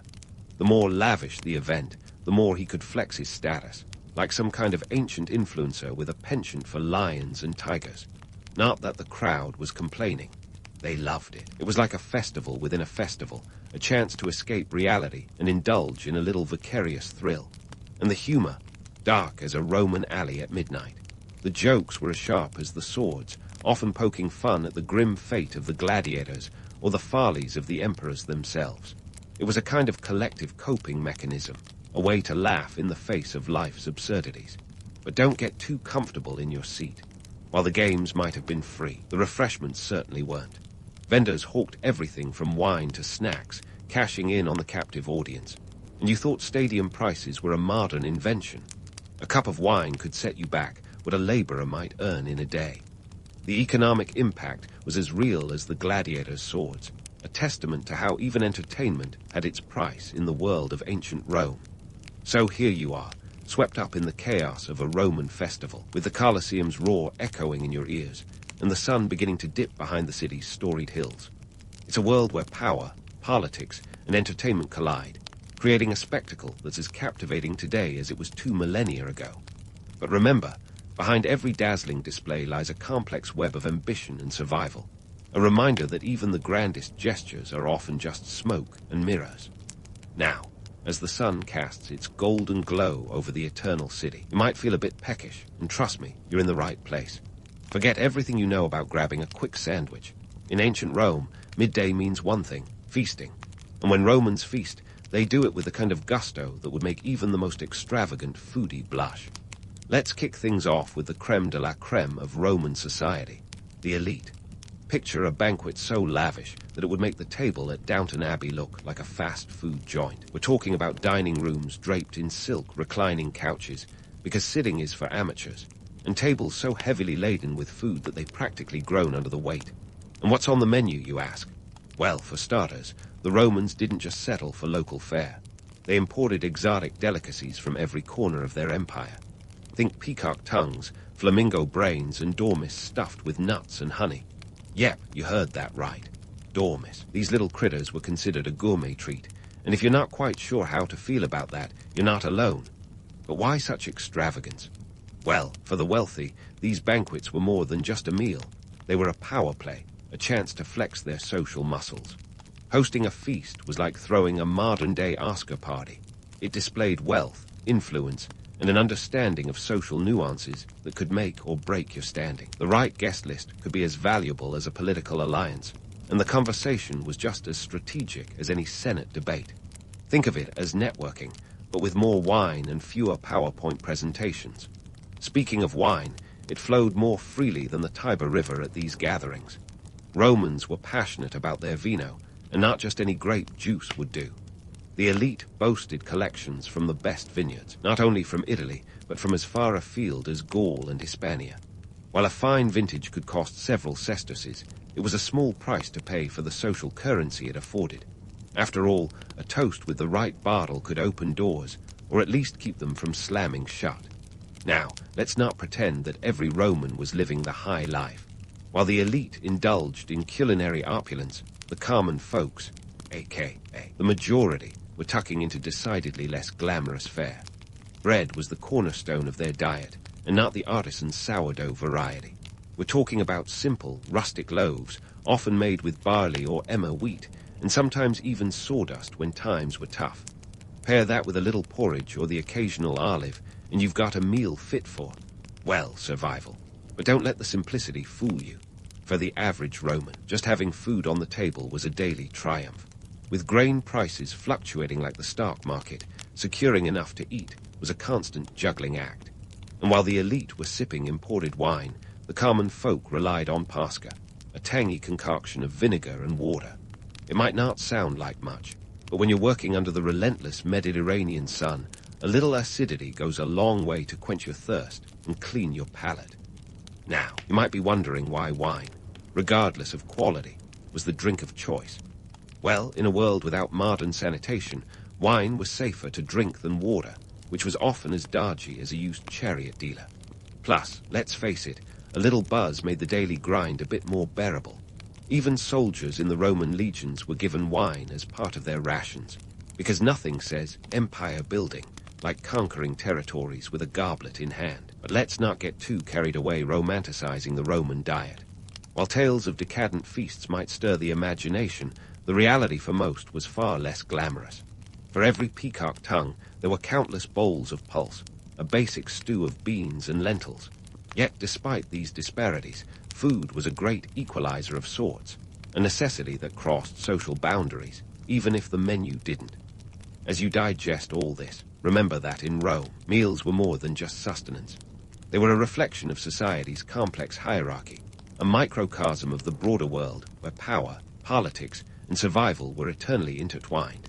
So, whether you're reclining on a couch nibbling on exotic morsels or grabbing a crusty loaf from the bakery, you're participating in a tradition as old as Rome itself.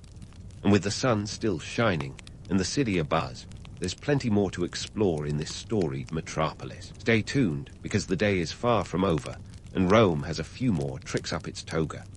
As the sun continues its lazy arc across the sky, you find yourself drawn toward the heart of Rome's festival frenzy. The morning's feasting has settled, and now it's time for the part of the day that really puts the fest in festival, the religious rituals. Trust me, in ancient Rome, religion wasn't just a Sunday affair. It was an all-encompassing, daily experience that blended myth, politics, and a touch of theatrical flair. Think of it as the ultimate PR campaign, with Jupiter and his divine entourage as the original influencers. Now, before you start picturing peaceful hymns and serene temples, let's set the record straight. Roman religious rituals were less about quiet reflection and more about public spectacle. We're talking about a community event that could rival any modern-day concert in terms of crowd size and fervor. At the heart of these rituals were the priests, the maestros of religious pomp and circumstance. These guys weren't your average robe-wearing, incense-wafting clerics. They were power players, wielding influence that could sway even the most stubborn senator. Priests in Rome were often selected from the elite, and trust me, you didn't get the gig just because you could recite a few lines of Latin. This was a role as much about political maneuvering as it was about divine service. Imagine being both a senator and a priest. Double the power, double the fun. These high-flying holy men were responsible for interpreting the will of the gods, which, conveniently, often aligned with their own political agendas. Funny how that works, right? One of the most dramatic elements of these religious rituals was the public sacrifice. Now, before you start clutching your pearls, let's be clear. This wasn't some random act of violence. It was a carefully choreographed ceremony designed to appease the gods and, more importantly, impress the people. Sacrifices ranged from simple offerings of wine and grain to full-blown animal sacrifices. Think bulls, sheep, and pigs, not someone's pet hamster. The economics of sacrifice were no small matter. A top-notch bull could set you back a hefty sum, equivalent to several months' wages for an average Roman. And yet, the spectacle was worth every sestus. The public loved it. Watching a priest expertly slice open a bull and interpret its entrails was like an ancient version of a reality TV show. It was messy, dramatic, and strangely captivating. The entrails were read like some gruesome horoscope, with priests claiming to divine the future from the liver's lobes or the heart's chambers. Who knew the gods had a penchant for organ-based communication? Now, Let's dive into the mythology behind these rituals, because if there's one thing the Romans excelled at, it was blending fact with a healthy dose of fiction. The Roman pantheon was a who's who of mythological heavyweights, each with their own backstory and set of quirks. Jupiter, the king of the gods, was essentially Zeus with a Roman accent, thunderbolts and all. Then there was Mars, the god of war, who was less about peace talks and more about head-bashing. And let's not forget Venus, the goddess of love, whose influence was felt in everything from affairs of the heart to matters of state. These gods weren't just figures to be worshipped.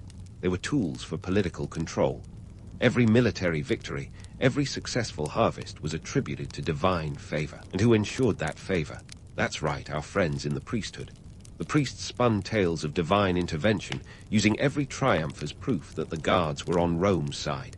It was a heady mix of faith and propaganda, with more than a little smoke and mirrors involved. The message was clear: mess with Rome, and you're messing with the gods themselves. But let's not be too cynical. For the average Roman, these rituals weren't just political theater. They were a genuine connection to the divine, a way to make sense of a world that was often as unpredictable as the Tiber in flood season.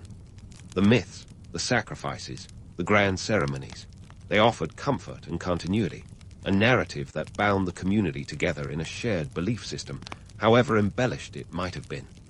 As you watch these rituals unfold, it's easy to see why they captivated the Roman imagination. The blend of spectacle, politics, and religion created a narrative that was both compelling and comforting. It was a world where the divine was just a heartbeat away, where every thunderstorm or sunny day was seen as a sign from above. In the grand theater of Roman life, the gods were the ultimate playwrights, penning stories that still capture our imagination today. But remember, behind every grand gesture and divine decree was a very human motive. The priests and politicians used religion as a tool, a way to maintain control and reinforce the social order. It was a delicate balancing act, keeping the populace both awed and appeased, ensuring that even the most mundane aspects of life seemed touched by the divine. And as the afternoon shadows lengthen, you can't help but marvel at the intricate dance of power and piety playing out before you. It's a world where myth and reality blur, where the gods walk among men, and where every ritual is a reminder of the divine drama unfolding in the streets of Rome. But don't worry, there's more to come as the day marches on.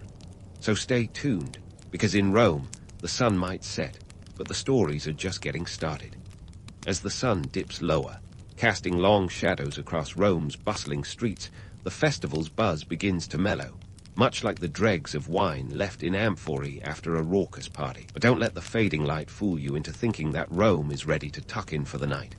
No, there's still a lot more to unpack in this ancient city, particularly when it comes to the social hierarchies on display during these grand festivities.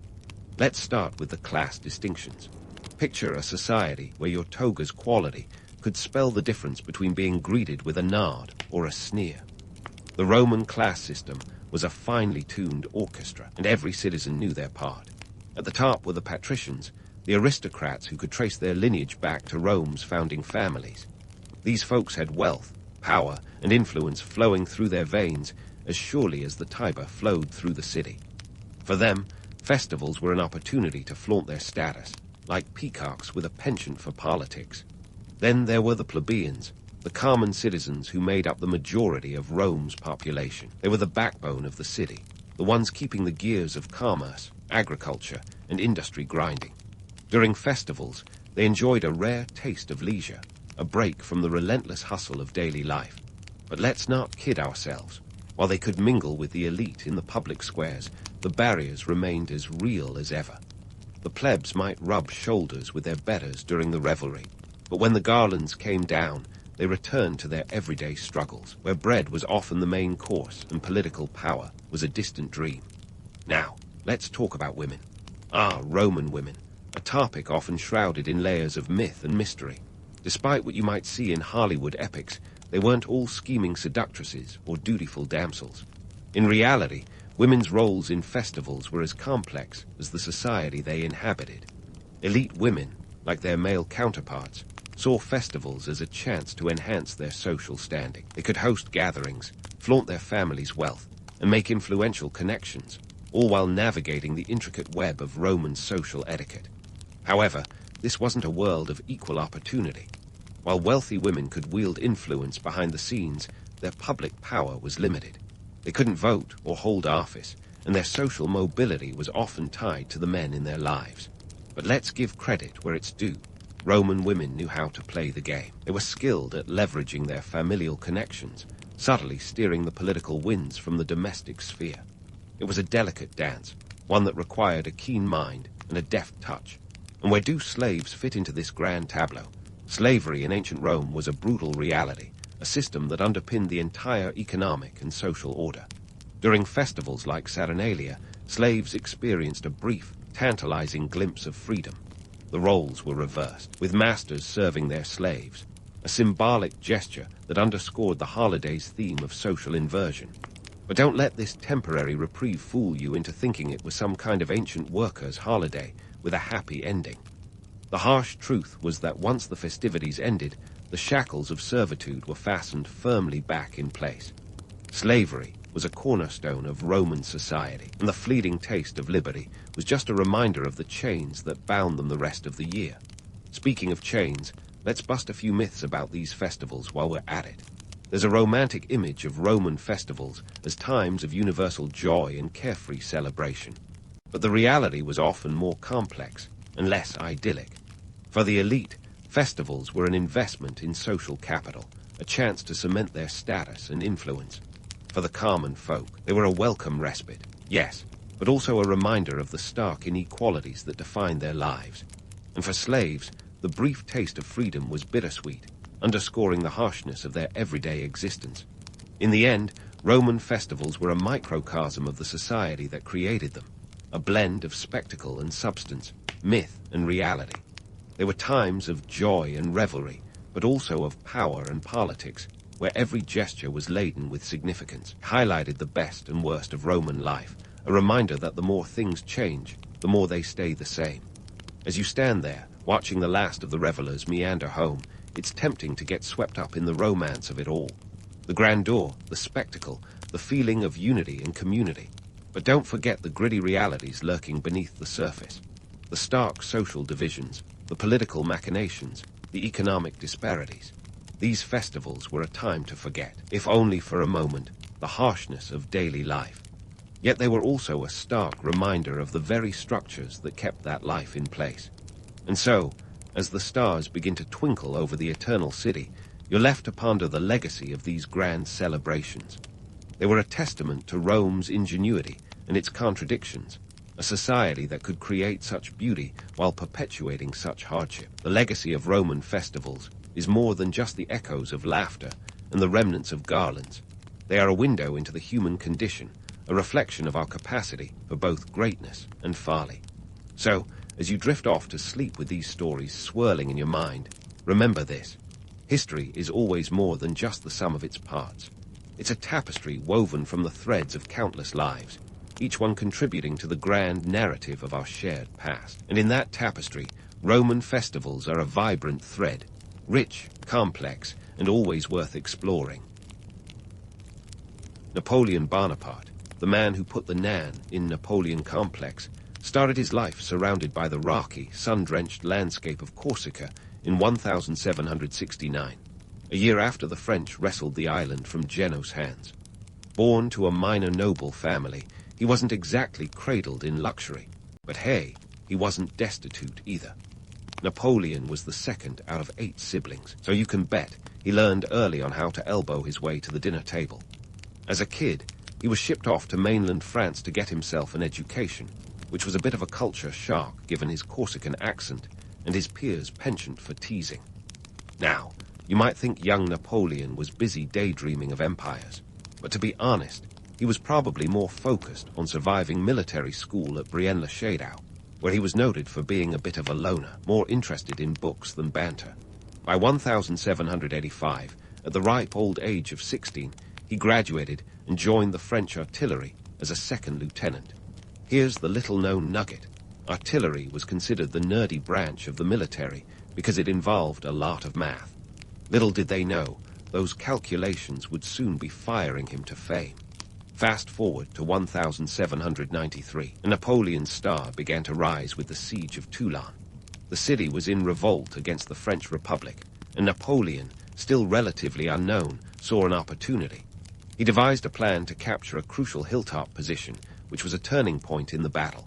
His reward, a promotion to brigadier general, and suddenly he was on everyone's radar. This was the first hint of what Napoleon could do, turn a tactical advantage into a career leap. By 1799, the political landscape of France was a minefield of chaos and opportunity. The French Revolution had spun the country into a tornado of guillotines and radical changes.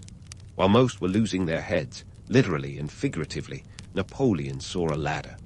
The Directory, France's government at the time, was about as stable as a house of cards built on a windy day. So, when Napoleon returned from his Egyptian campaign, which was a mess of epic proportions, but we'll get to that later, he found himself perfectly poised for a coup. Napoleon's rise to power was as much about timing as it was about talent. In November 1799, he executed the coup of 18 Brumaire, named after a month in the French revolutionary calendar, because of course, they couldn't just stick with November. This coup effectively ended the Directory's reign and established the consulate, with Napoleon as first consul. Think of it as him being the CEO of France, but with more military flair. Here's the twist. Napoleon loved to paint himself as the savior of the revolution, the man who would bring stability and glory to France. In reality, he was more of a savvy opportunist who knew how to play the revolutionary chaos to his own advantage. He was like that guy who shows up at the end of the party with pizza and takes all the credit for saving the night. The French people, weary of endless political turmoil and economic instability, were ready to embrace a hero. Napoleon was more than happy to fill that role, cape and all. Napoleon wasn't just a military genius. He was a master of public relations. He understood the power of image long before Instagram influencers made it a thing. He commissioned paintings of his military triumphs, had his face on coins, and even curated his own myth. One of his favorite self-descriptions was as the Man of Destiny, which sounds like something straight out of a Marvel film. But beneath the heroic veneer, there was a sharp political mind, one that was less about liberty, equality, fraternity, and more about power, control, and legacy. So, by the end of 1799, Napoleon was firmly in the driver's seat of France's political machine. He had transformed from the Corsican outsider into the architect of a new order, one that would soon stretch across Europe like a particularly ambitious game of Risk. But let's not get ahead of ourselves. For now, Napoleon had the reins, and that was just the beginning of his audacious march across the continent. With Napoleon at the helm, France wasn't just buckling up for a bumpy ride. It was strapping in for a complete overhaul. If you thought he was done just because he snagged the title of first consul, think again. This guy wasn't about to sit back and coast on his laurels. Nope, Napoleon had a vision. A France that was as polished and efficient as a Swiss watch, but with the swagger of a Parisian runway. He set out to transform the nation with the same fervor he'd used to commandeer it, and boy, did he have plans. First on the docket was the Napoleonic Code. Sounds deceptively simple, right? But this wasn't some casual list of rules. It was a legal revolution, a meticulous assembly of laws that sought to put an end to the chaos of conflicting local statutes that had been France's legal landscape. Finalized in 1804, the Napoleonic Code was like the Marie Kondo of legal systems. It tidied up what was scattered and brought order to the disarray. It emphasized clear, accessible laws that anyone with even a smidgen of literacy could understand. The code abolished privileges based on birth, take that, aristocracy, safeguarded property rights, and promoted secular authority over religious influence. In short, it was as radical as it was revolutionary, spreading like wildfire through Europe and beyond, influencing legal systems in countries as far-flung as Japan and Latin America. But before you go thinking Napoleon was all about fairness and enlightenment, let's talk about the flip side. While the code was progressive in many ways, it was also a bit of a patriarchal throwback, reinforcing the idea that men were the head honchos in both family and society. Women, for instance, were treated like minors, unable to sign contracts or even manage their own bank accounts without their husband's blessing. It was patriarchal power dressing in legal form, and Napoleon seemed perfectly fine with that, as long as it kept the societal gears turning smoothly. Then there was the educational reform. Napoleon understood that if you want to rule the world, or at least your corner of it, you've got to start by educating the masses. But don't expect a soft-focus montage of cherubic children learning their ABCs. Napoleon's vision for education was as strategic as his military campaigns.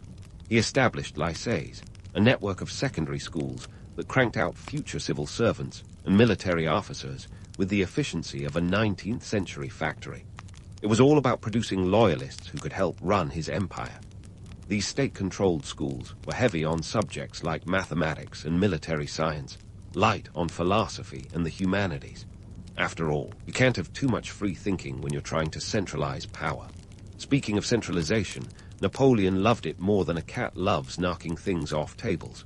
His administration was like a phoenix rising from the ashes of the revolutionary mess, streamlined and hierarchical. Gone were the days of feudal chaos.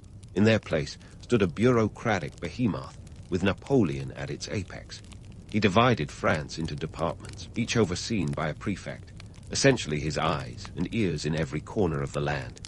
This allowed him to keep a tight grip on the country's pulse, ensuring that everything beat in time with his imperial ambitions. Yet, herein lies the paradox of Napoleon. The man who modernized France was also the autocrat who stifled it. He was a champion of the people, provided they didn't step out of line. His reforms brought stability, but at the cost of personal freedoms. As much as he was revolutionizing France, he was also wrapping it in chains of his own making. The press was muzzled, political opposition was crushed, and the secret police ensured that whispers of dissent never became shouts. Napoleon's mythos as a liberator and modernizer is as appealing as it is misleading. It's easy to get swept up in the legend of a man who seemed to single-handedly drag France into a new era. But while he was busy crafting his legacy, the French people were footing the bill. The economy, though stabilized, was burdened by the cost of his endless military campaigns. Taxes were high, and conscription was relentless. Families were torn apart as their sons were sent off to fight in wars that stretched from the Iberian Peninsula to the Russian steppes. Napoleon was a maestro of political sleight of hand.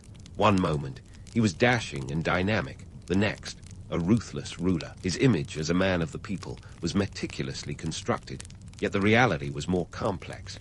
He wielded power with an iron grip, ensuring that his vision for France was the only one that mattered. Underneath, the grand reforms and glossy veneer was an empire built on the bones of those who dared to dream differently. And so, with France transformed into a powerhouse of centralized efficiency, Napoleon's sights were set beyond its borders. He wasn't content with just reshaping France. He had Europe in his crosshairs, ready to be remolded in his image. But that's a story for another day. For now, Napoleon had forged a new France, one that bore his indelible mark, even if the ink was mixed with more than little ambition and autocracy. And so, with Europe in his crosshairs, Napoleon wasn't just browsing the continental buffet. He was planning to devour it whole. His military campaigns were like the world's most aggressive game of Monopoly. Only instead of paper money, he was playing with real lives and landscapes. But before you start imagining Napoleon as the ultimate board game villain, let's dig into why his military maneuvers were both brainy and brutal. Napoleon's military brilliance often gets dressed up in romantic tales of genius strategy and battlefield heroics. But let's not kid ourselves. His campaigns were as much about logistics as they were about glory. Take the Battle of Austerlitz in 1805, often hailed as his masterpiece. Here, Napoleon faced off against the combined forces of Russia and Austria, outnumbered but never outsmarted. With 65,000 troops against an Allied force of 85,000, he pulled off a stunning victory by tricking his enemies into thinking he was weaker than he was. Like a chess master, he sacrificed tactical positions to lure the Austro-Russian forces into a trap. The result?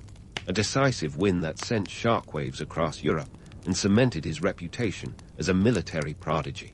But these victories came at a staggering cost. While Austerlitz was a triumph for Napoleon, it was a calamity for the soldiers on both sides. The battle left around 36,000 men dead, wounded, or captured. And that's just one battle. Between 1803 and 1815, Napoleon's campaigns are estimated to have caused up to 5 million military deaths. That's not even counting the civilian toll, which adds another layer of tragedy to the romanticized image of the great conqueror. Beyond the battlefield, Napoleon's wars wreaked havoc on the economies of Europe. France itself was stretched thinner than a Parisian crepe, with the national debt ballooning to over 1 billion francs by 1815. And let's not forget the human cost of his relentless conscription policies. Families were torn apart as young men were whisked away to fight in far-off lands, often never to return. Picture this. You're a 20-something in rural France, and the next thing you know, you're marching across the frozen steppes of Russia with nothing but a threadbare coat and Napoleon's ambitions to keep you warm. Speaking of Russia, let's talk about the infamous 1812 invasion. If Austerlitz was Napoleon's high note, the Russian campaign was the symphony of disaster. He marched over 600,000 troops, known as the Grand Armée, into Russia, expecting a quick victory. But Russia had other plans, namely the scorched earth policy, which left Napoleon's forces starving and freezing as they advanced deeper into Russian territory. By the time they reached Moscow in September, they found the city abandoned and burning, a ghost town ravaged by retreating Russians. The return journey was even worse, with only about 100,000 soldiers limping back to France. That's a loss of over 500,000 men, an epic fail in any book. Napoleon's logistical brilliance often glossed over the grim reality faced by his soldiers. Sure, he was a whiz at organizing supply lines and troop movements, but no amount of logistical prowess could shield his men from the brutal conditions they endured.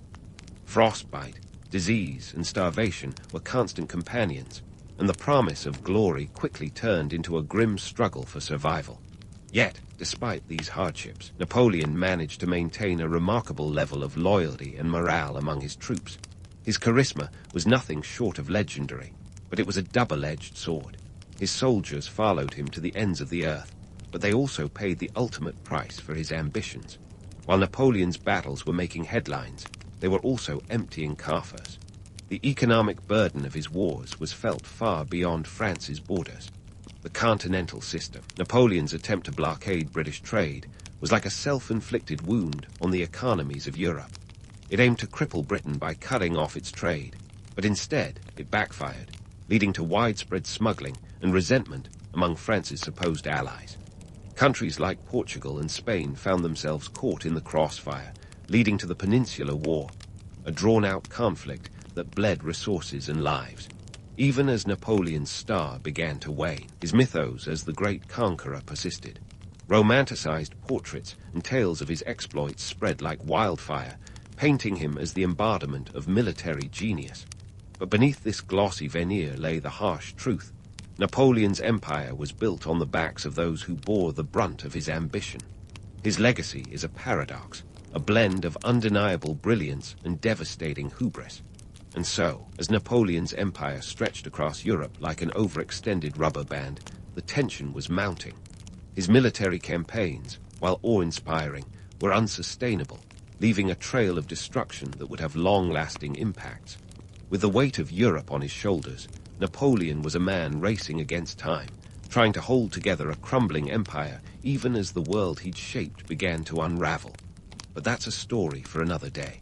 For now, Napoleon's dreams of continental domination were as vast as the battlefield itself, teetering on the brink of both triumph and tragedy. As Napoleon's empire stretched like an overextended rubber band, the tension was mounting, and the Grandmaster of Strategy was about to find himself in a game where the pieces wouldn't quite move as he planned. Starting with the Russian campaign of 1812, Napoleon's ambitions were poised to take a nosedive, and oh boy, did they crash hard. Imagine this, the Grand Armée, a colossal force of over 600,000 men, marching into Russia with all the confidence of a kid in a candy store, except this store was empty and on fire. Napoleon, ever the gambler, bet big on a swift victory. But Russia had other ideas, namely the good old, if we can't have it, no one can scorched earth policy. Villages were torched, supplies were torched, and by the time Napoleon's troops reached Moscow, it was a ghost town, torched and abandoned, Talk about getting ghosted the hard way. The retreat from Moscow was the ultimate walk of shame, except it was more of a chaotic, frost-bitten stumble. By December, temperatures had plummeted to bone-chilling lows, sometimes hitting -30 degrees Celsius. The Grand Armée's numbers dwindled rapidly, not just from battle, but from the relentless cold, starvation, and disease. Of the 600,000 who swaggered into Russia, only about 100,000 would straggle back. Those are odds even Vegas wouldn't touch. As if the Russian debacle wasn't enough, Napoleon's troubles were just beginning. The rest of Europe smelled blood in the water, and the sharks were circling. The Sixth Coalition, an alliance that read like a who's who of Napoleonic foes, including Britain, Russia, Prussia, Spain, and Austria, decided it was high time to send Napoleon a breakup letter with bullets. And unlike Napoleon's earlier battles, where he could outmaneuver his enemies like a seasoned chess player, this was more like a chaotic game of dodgeball with too many balls and not enough dodging.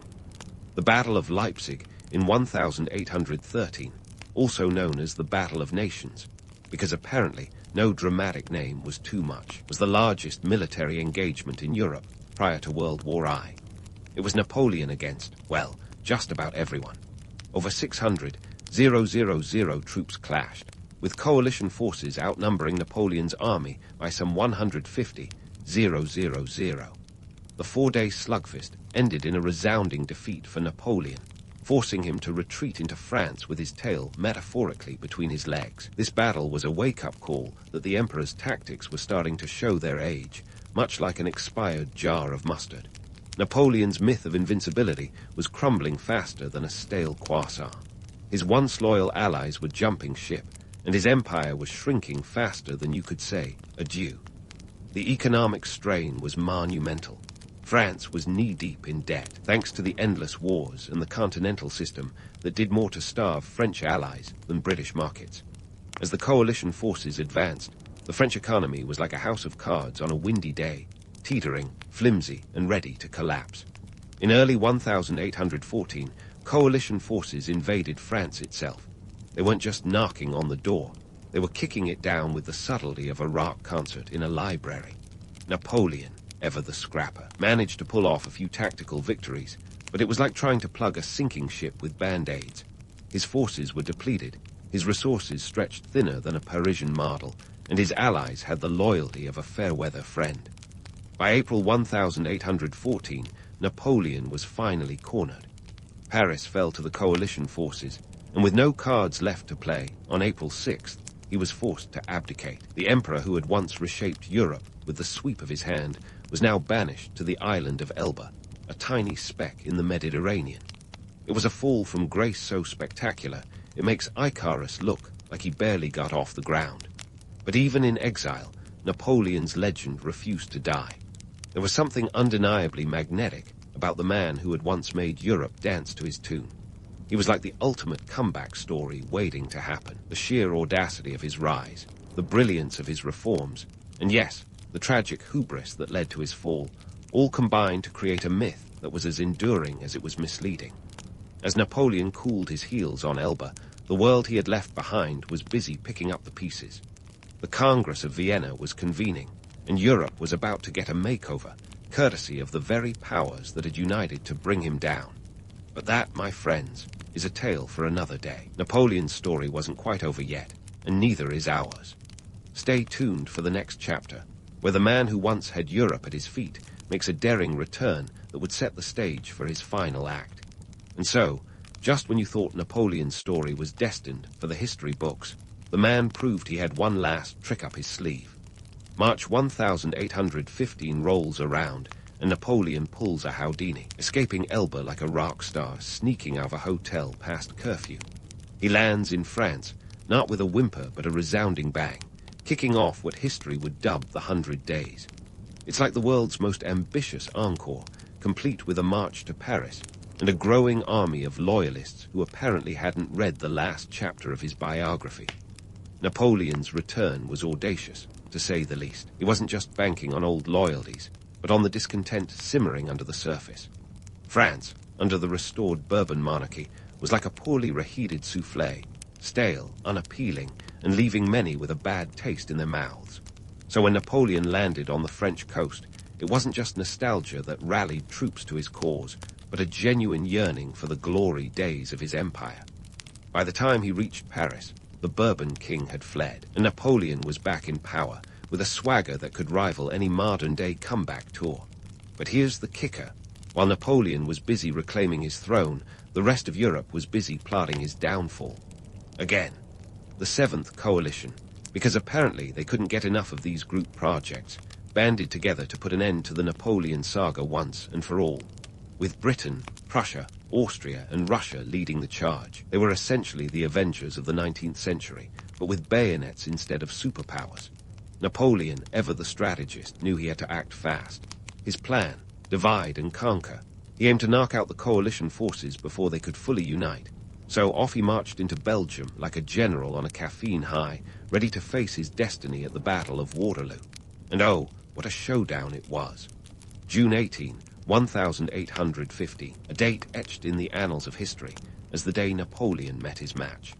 The battlefield at Waterloo was a muddy quagmire, thanks to a night of rain that turned the terrain into something resembling a poorly made pudding. Napoleon's forces, numbering around 73,000, faced a formidable army led by the Duke of Wellington, who had about 68,000 troops under his command, with the Prussian army of 50,000, led by Blucher, not far behind.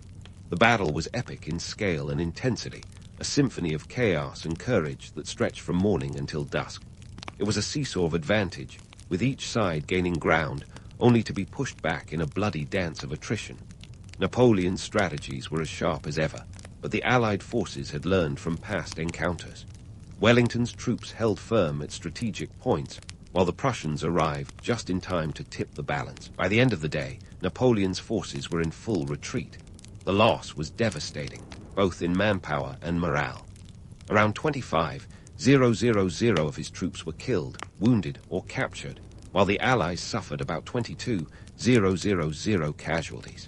The battlefield was a grim testament to the cost of ambition, littered with the debris of dreams and the echoes of shattered glory. With his defeat at Waterloo, the curtain finally fell on Napoleon's imperial ambitions. He abdicated once more, but this time there was no cozy island of Elba waiting for him. Instead, he was shipped off to the remote island of St. Helena in the South Atlantic, a place as far removed from the halls of power as one could imagine. There, surrounded by the vast emptiness of the ocean, Napoleon spent his final years in exile, a ruler without a realm, contemplating the empire that could have been. But even in defeat, Napoleon's legacy was far from dead. His influence lingered like a stubborn ghost, haunting European politics and culture. The Napoleonic Code continued to shape legal systems around the world, a testament to his vision of order and equity, however flawed. His military tactics and organizational prowess became subjects of study, not just for their brilliance, but for the lessons they offered in hubris and overreach. Moreover, Napoleon's legend as the man of destiny endures, a romanticized figure who looms large in popular imagination. From novels to films, the story of the Corsican who rose to reshape the world has been retold countless times, each iteration adding layers to the myth.